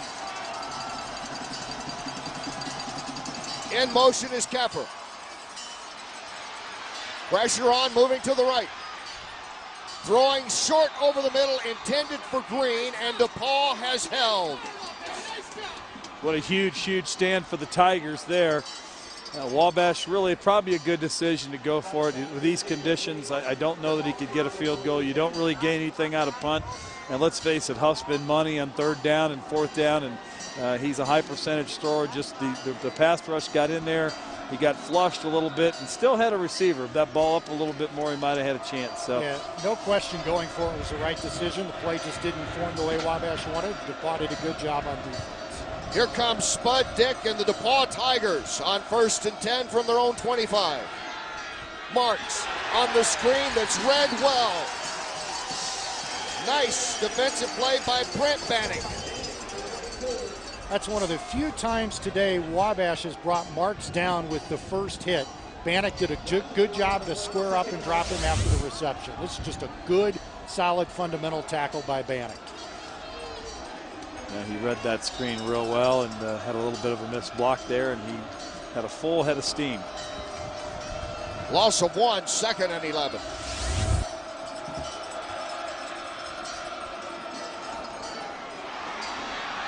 Fires it over, complete.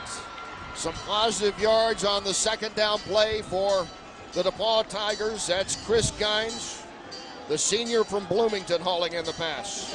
Well, nice high percentage throw for Spud Dick, the freshman. Let's get him in a little rhythm, keep the chains moving. 3rd and short. Traditionally today and throughout the year, the 3rd and short, we're picking those up. The 3rd and long, we're struggling. So this is right where they want to be. The defense had a big series in stopping Wabash. Can the offense get something going here? Not on that. They will come up at least 2 yards short as Brian Mulligan hauled it in and was quickly brought down. We've talked a bunch today about field conditions, and I think there again is one where field conditions came into play. He never really got his feet under him and balanced enough. All he had to do was run north and south, just stick his nose in, probably gets the 1st down. Just never was able to get his balance enough to do that.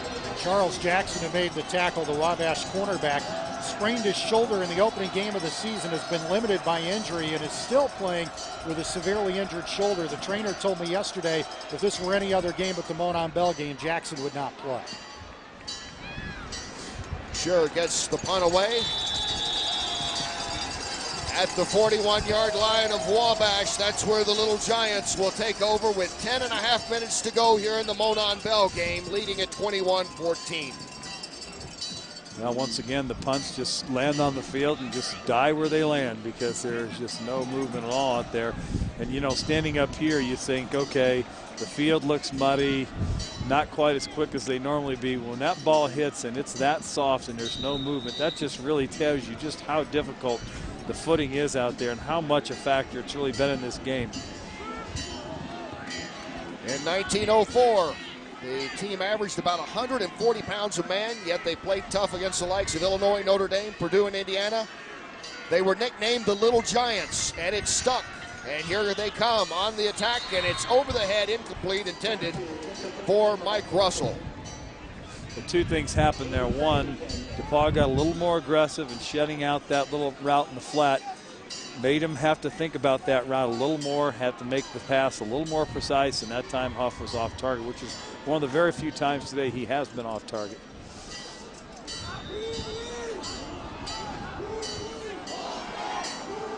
Chris Creighton looking on. Wabash in their 120th season of playing football. They have won 573 games. That is 6th all-time in Division III. On 2nd and 10. Handoff up the middle, up to the 45-yard line is Billy King on the carry. Let's go back to the sideline and check in with Candace. Well, Kenny, this summer, more than 30 of the Little Giant football players took a community service trip to Panama where they worked on small farms. In just one day's work, they were able to do 6 months worth of work that it would take for the normal farm workers to do. Patrick Milliken told me that the trip was very rewarding and a bonding experience for the team. Guys. Thanks, Candace. Here it is, another third down, 3rd and 6 for Wabash. Hurdle puts pressure on and slams him to the ground. Dustin Hurdle whips his man, gets his sack, and the all-time sack leader at DePaul making a huge play on the Wabash quarterback. Well, we talked about it, Joe, whether you're gonna man him up one-on-one or whether you're gonna give him some help.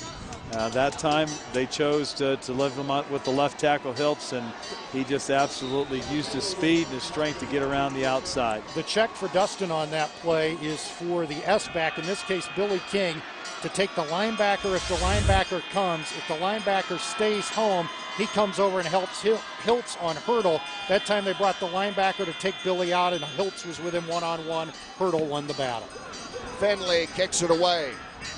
Mulligan takes it, slips, and is brought down at around the 28, and that's where DePaul will go to work. You know, it's hard to tell here if the kickoff and punt coverages of both teams are that good or it's field condition, and maybe it's a combination of the two, because really we've seen no exceptionally big plays in special teams today, which in games like this sometimes you think that may be the thing that breaks it open, but just really no room to get their footing, to get any momentum going. The freshman quarterback, Spud Dick, marks on the carry. Outside, picks up about 4. I'm just really impressed with how hard Jeremiah Marks runs the football. Even when somebody gets on him after he gets touched, those legs keep churning and churning. And I don't remember seeing a running back in this series over the last 25, 30 years who just really consistently runs with that high a motor. I'm very impressed with him. 2nd and 6. Looking to throw, pressure, hit, ball is loose.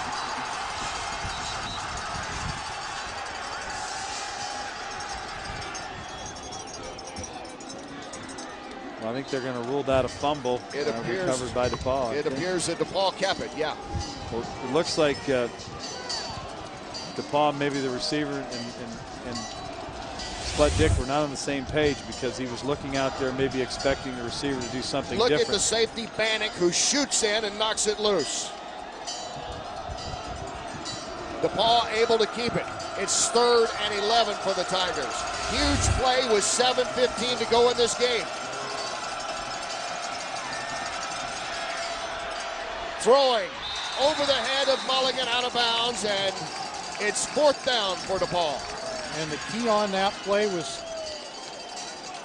great quarterback pressure from Morrison. He got right in Spud Dick's face and forced the errant throw. Wabash getting aggressive with its blitz. And Rob, it seems like in the last 2 series, DePaul getting away from Marks a little bit here. Yeah, I agree with you. And, well, that was a 3rd and long play. That's not the situation they want to be in. He's been getting pressure. I'm surprised maybe they haven't sprinted him out or something. He does have good feet and moves well. Maybe get him outside of some of that pressure on 3rd down, give him a chance. We have a timeout on the field. You look at Chris Creighton, the head coach at Wabash. Wabash leads in the Monon Bell Series, 52 wins to 51 wins for DePaul. There have been 9 ties. We take one more look at the last play. Good push right up the middle. Morrison got a hand in Dick's face, and he had to throw quickly, and he did throw into double coverage. That would have been a tough completion, even if he had been able to set his feet and make the throw. And the Wabash defense forcing a 4th down and long here. Matt Walker, the head coach of DePaul, in his first season as the head coach of the football team. He was a quarterback there. He's been an assistant coach there. This is the 119th season of football at DePaul University. 508 total wins, 17th all-time in Division III ranks. And now, punting for the 6th time today, Reed Scherer comes on. And Billy King stands back for Wabash at around his own 42. 7:09 remaining.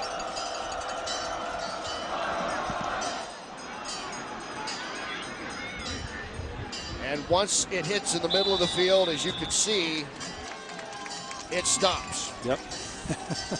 Nobody's going to have to worry about a bad bounce in the middle of the field. There are no bounces today. Not on the turf anyways. Now Wabash is going to get great field position again, and we're down to 7 minutes to go in the game with the clock here just getting set to run again when they get the chain set. And time's running out for DePaul. I know it's only a one possession game with 7-point lead, but you know, they put a few first downs together. That clock's going to run pretty darn quick. So it's a huge series now for the DePaul defense. From their own 42nd yard line. Here we go. Throwing complete to Green. Cross midfield, first down. Boy, Dustin Huff got rid of that ball just in the nick of time. He had blindside pressure. I'm not sure he saw it or felt it. It looked like he was going to get knocked down from behind, and he let it fly at the last second. And once again, found a receiver running a little inside route, isolated one-on-one. There you see Hurdle just did miss getting a sack. I think Brian Hiltz got just enough push on him, directed him outside. Even the linemen, the quarterbacks, they can all feel that internal clock going, and he gave just enough push there to give him time to throw the football. So that's a nice job. First down at the 47 of DePaul. Handoff to Brown. Chris Creighton talked about Brown and Chirac and Graham Nelson, a tight end, as being senior leaders. They don't always get big minutes or make big plays, although we've seen Chirac make a couple of big plays, including a touchdown reception, but talking about the senior leadership for a team that's gone 7-2. And there's Mike Russell.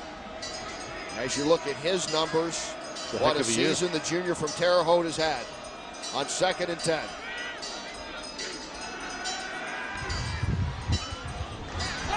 Nice defensive play. Batted down by Javon Pruitt. That was a great play by Javon Pruitt, and you can't play it any better than that. He got the hand back, and he got his hand over the receiver and knocked this down. That's just picture perfect coverage right there. That's just how they coach it. You get that back arm back so you don't interfere with the receiver. You know, once again there, Wabash's offensive line is doing a great job. He had time to wait and throw that ball. Hiltz again protecting his backside, did a good job on Hurdle. You know, that's a tough assignment, an All-American type player out there, so they're getting the job done up front. That was intended for Guerrero. Here it is, 3rd and 10. Huff will have to run it out of bounds and short of the first. Good decision by Huff. There was nothing downfield. Rather than force it and risk an interception, he tucked it and ran to get as many yards as possible, and this may well be 4-down territory for the Little Giants here anyway. That probably is. You know, it's the hallmark of what you've been talking about all day, good decisions. It's no surprise that you use those two words in context of what Dustin Huff does on the field. 4th down and a long 3 facing Wabash. And coming out is Chad Finley, the punter. Well, I guess they're going to make DePaul go the 80 or 90 yards, see if they can win the game on a long drive. Mulligan stands back around his own 10. And calls for a fair catch and takes it at the 12. So DePaul has 88 yards to go, a chance to tie this game up with 5 minutes and 12 seconds to go here in the 4th quarter. So Chris Creighton playing the field position game with a 1-touchdown lead with, as Kenny said, 5 minutes and 12 seconds to go. Thought it might have been 4-down territory with the ball at the 40 and less than 5 yards to go for the first down. But Chris Creighton pinning DePaul inside the 10 and putting a lot of confidence in his defense. It's been a solid day for Spud Dick. Had the interception a couple of drives ago, but came out strong in the 3rd quarter. Back-to-back touchdowns for DePaul. Throwing from his own end zone, he is sacked, and that's a safety. That is a huge play. Biggest of the day for this Wabash defense. Frank Canez, senior linebacker, came untouched on the blitz. Drags Spud Dick down in the end zone for a safety. What a huge play for the Little Giants. Knez out of Portage, Indiana, with the play that might have sealed this, as now it makes it a 2-possession game. And we take one more look at it. He came free untouched again on the weak side blitz, and the Little Giants have deployed the blitz very effectively today, almost always bringing it from the weak side. Bannock had been the key on the blitz early. This time, Knez, though, comes free and makes the biggest play of the day for the Little Giant defense. Well, it looks like there might have been a receiver on the inside there, but Spud Dick pumped, held it. Maybe there was something in front that he didn't see, didn't think he could stick it in there. You know, in those conditions, you're already back in the shotgun near your goal line.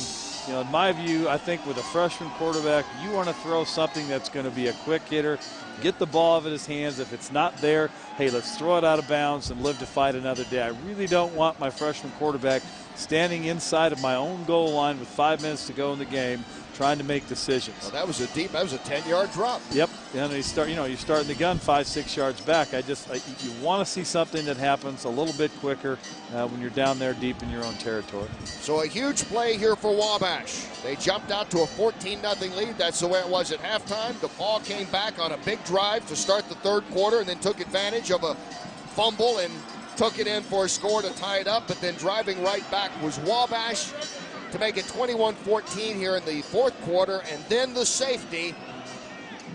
Knez making the big hit, and it's 23-14. The Little Giants have the lead, and they'll get the ball back as Billy King awaits the kick. And they will, as you see, tee it up for this. Well, the wind's died down a little bit, so it may not be quite as big a factor on this kickoff as we've seen all day, although kicking from your own 20 is certainly not where you want to be. Smith will boot it away. Actually looks like there might be a slight wind, at the most a slight wind, blowing in his face. But Wabash should have good field position. King takes it to the 40, tripped up, stays on his feet, lunges forward to the 47, flag thrown back at the 40.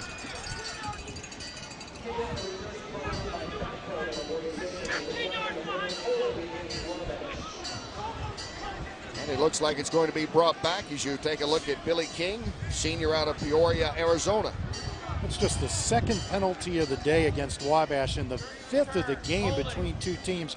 Rob, I don't know that I can remember a Monon Bell game with so few penalties. Wow, this has been a very cleanly played game, and certainly what you expect from two institutions like this, where you've got kids who are very smart, very solid kids, all accomplished athletes in their own right in high school, and they've come to these places to get a great education and have a chance to play, I think, some of the best small college football around. So you would think these guys are going to be smart, but again, I agree. I've just not seen too many games where you have this few penalties.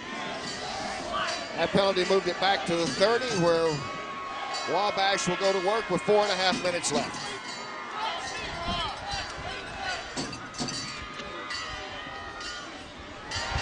Firing it over for Russell, who makes the catch at midfield. What a catch by Mike Russell.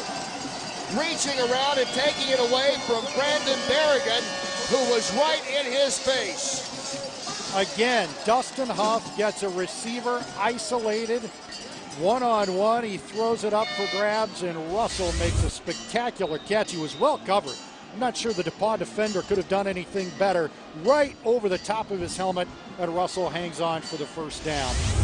This is the point in the game, though, where if you're Chris Creighton, you'd like to have at least just a little bit of a running game, I'd say, to run the clock out with a 9-point lead.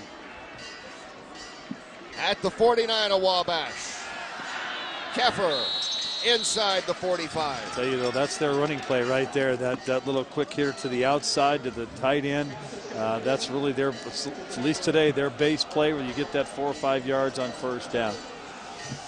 Dustin Huff now with 299 yards passing, and that will move him into second place for the all-time single-season passing yardage record.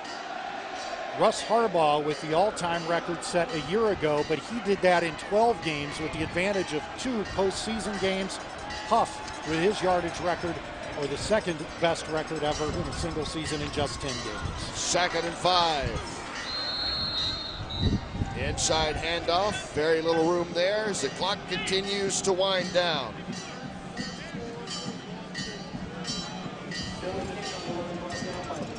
And Rob, if you're DePaul, you're at the point now where you may have to start thinking about spending those timeouts on defense. Yeah, you do. I think that this play here, you want to let them run the 3rd down first and see what happens. You don't want to use them too soon, but down 2 scores, you're going to have to do something. If they do score, you'll have to see an onside kick. And this is tough.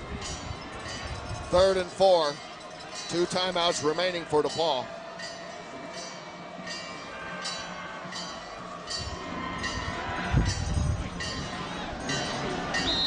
Pass to Green, flips it out to him. He's going to be short the 1st down, but the clock keeps going down. They called it now. And DePaul is going to take a timeout.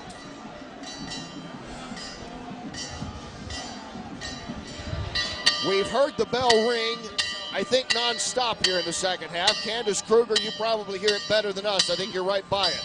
Kenny, it hasn't stopped ringing since the game began, and they're hoping it's going to stay right here at Wabash.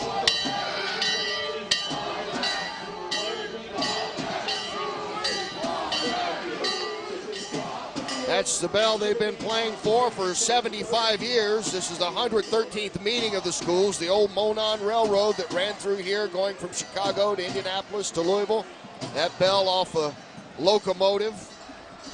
And they break these down as only rivals can. Actually, DePaul leads in the MONON Bell, the actual bell games, 35, 33, and 6. Overall in the series, Wabash has the lead. And we would like to thank the staff from both these great schools for their help and their hospitality this week. Ken Owen and Bill Wagner at DePaul, Jim Amadon and Brent Harris from here at Wabash. And tell you, Bill Wagner and Brent Harris, they put out great press guides, great information, do a terrific job. Kenny, you and I both had the opportunity to cover major college football, NFL football. The work Bill Wagner and Brent Harris do on par with any of the press people at that level. Totally, 1,000% agree with that, Joe. And it's good to see you and Rob again. We get to catch up every so often here. Yeah, it's been fun to be here today. Here it is, 4th and 4. Chad Finley is standing out to punt. Mulligan is standing back to receive. Takes it at the 10. To the 20, and that's where he goes down. Just great coverage that time by Wabash on the kick, on the punt there, and really DePaul's maybe only hope there was to get some field position on that punt return, but they just did an excellent job. That tackle was made by Evan Sebecki, a freshman from the South Bend area. He will be the heir apparent to the tailback position next year after Billy King and Don Juan Brown graduate. Sputnik, the freshman, he's gone all the way, throwing and complete to Jeremy Marks. Gets up close to the 30, close to a 1st down. I don't think he got it, which means the clock's going to continue to run, and the clock is certainly the enemy of the Tigers right now.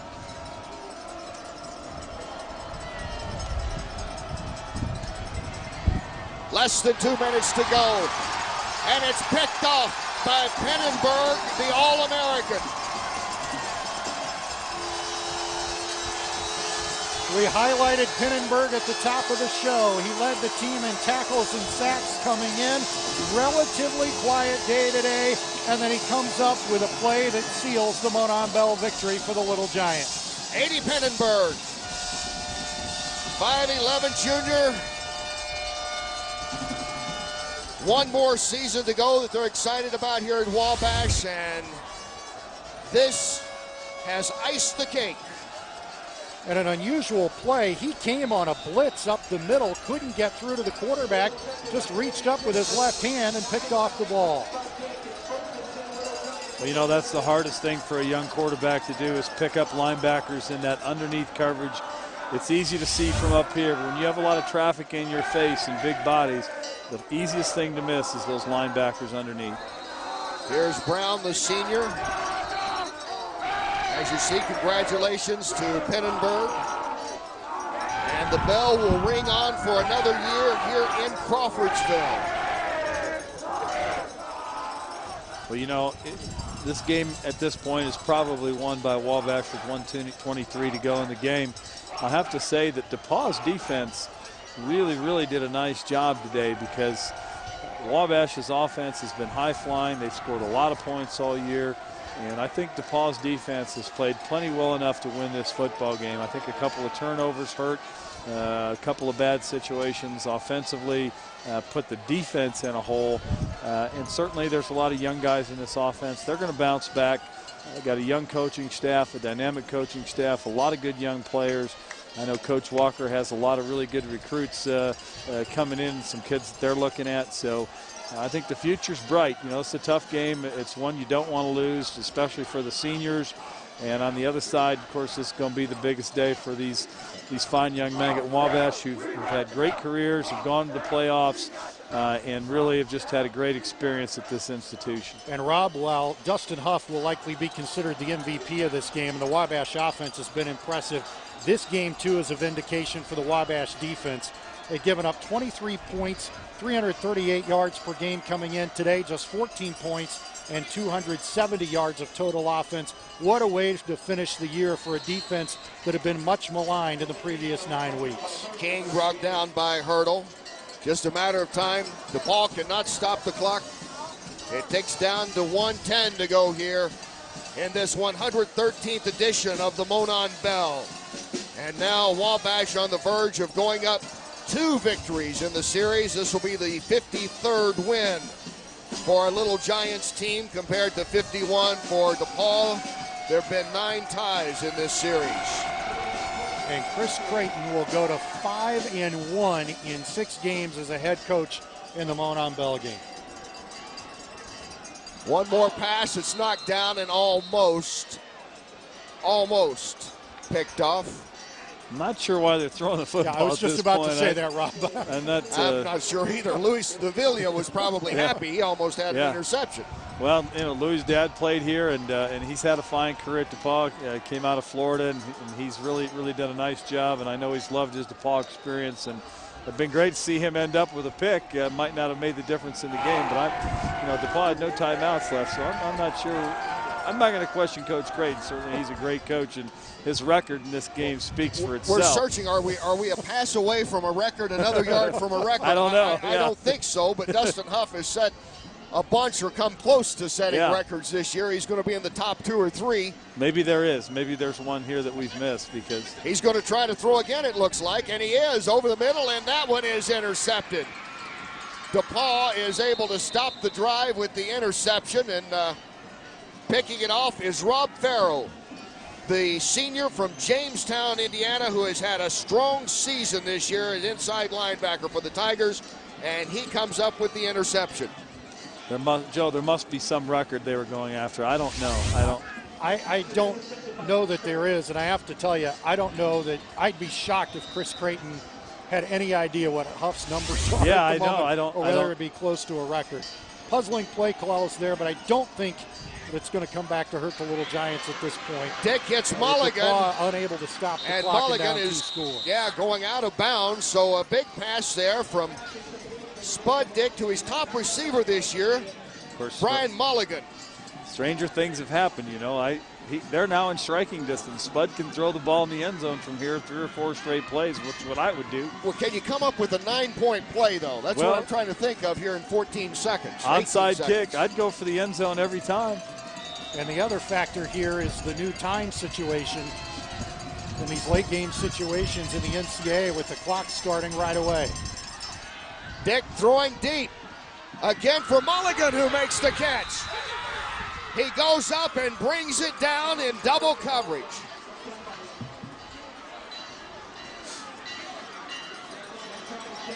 Clock at 10 seconds. They'll start it as soon as they set it. 1st and goal inside the 5. Spikes it, a second, ticks off. 9 seconds to go. So on back-to-back passes, Dick to Mulligan, They have covered a lot of real estate, over 70 yards to get it down inside the 5. Well, that's developing a nice little connection there between the two freshmen. Mulligan's demonstrated a nice ability to go up and get balls in traffic, just like the Wabash receivers do. I've been thoroughly impressed with them all day, the way they come back for the ball, they make plays, and that's really what you want your kids to do. Nice to see two freshmen coming out and making these plays. I'm still not sure what Wabash coaches were thinking at this point, putting the ball up in the air at that time. But, you know, with only 9 seconds to go, it's physically almost impossible for DePaul to do anything here. But when they get the score, an onside kick, I mean, you can't end the game on a defensive penalty. Take one more look at Spud Dick throwing it long. As you mentioned, a pair of freshmen teaming up here. And Mulligan, look at him go up to get it in double coverage. Now that's just a pure effort play by the freshman. You know, that's the kind of effort you want to see in this game. And you never know. In today's world, anything can happen. And these kids in this game over the years have proved that anything's possible. Well, that also shows how big that the safety was. Yes. In this game. That is the 2-point difference here in this 9-point spread right now. 9 seconds to go. 2nd and goal at the 4 for DePaul. One thing's for sure, the Monon Bell game, nobody quits playing.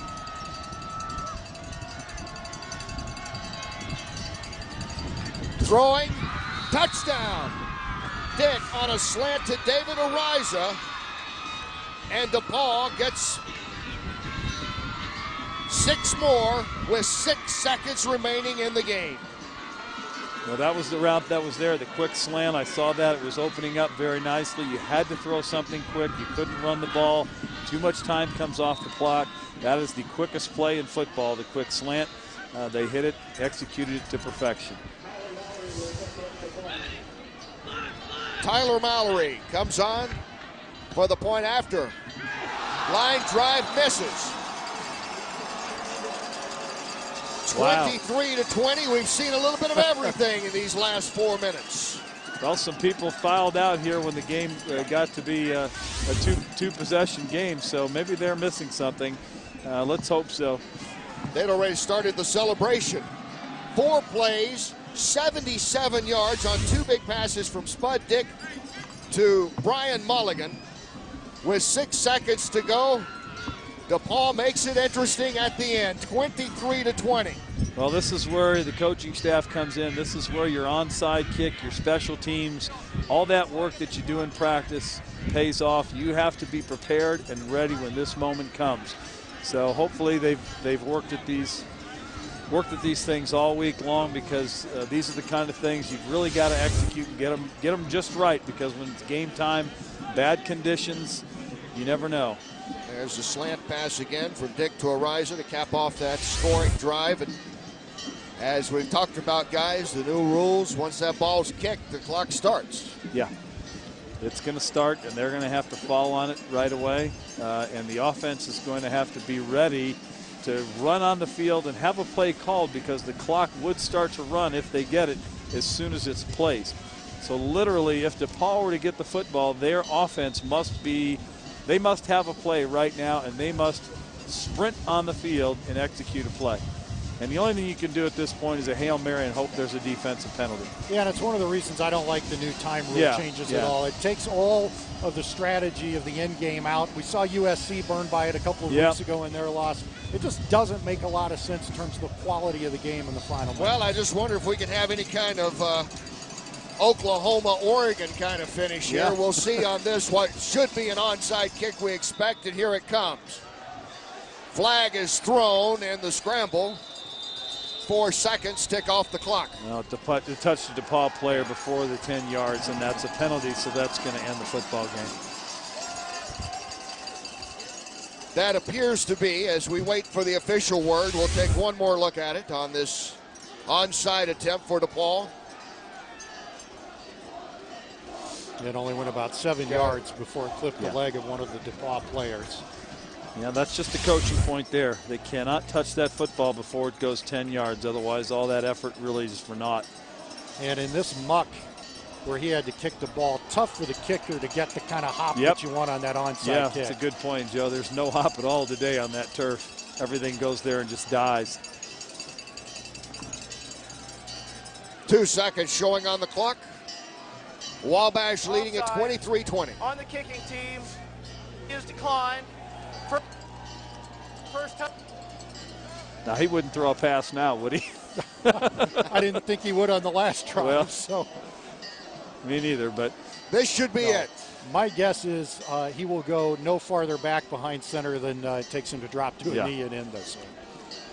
The victory play. Good season for Matt Walker and DePaul. They're going to wrap it up at 6-4 in his first year. Had a couple of stumbles after starting off strong, but laying the foundation for a good program. As Dustin Huff will take the snap. He doesn't even have to take a snap, does he? The clock is at 2 seconds. He snaps, he goes down on the knee, and that is the game. The Monon Bell will stay in Crawfordsville. Wabash 23, DePaul 20.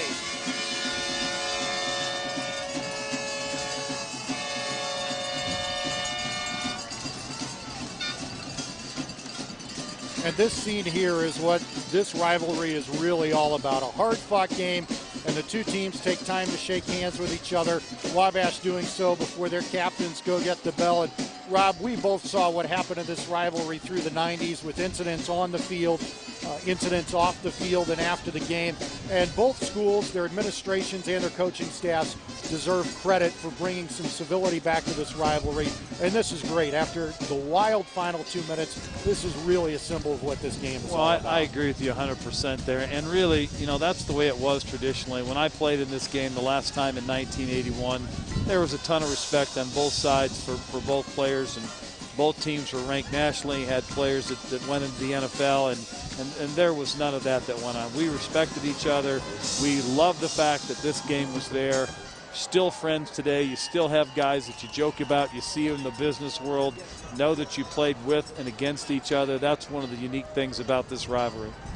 Well, the players shake hands as the 113th edition comes to an end.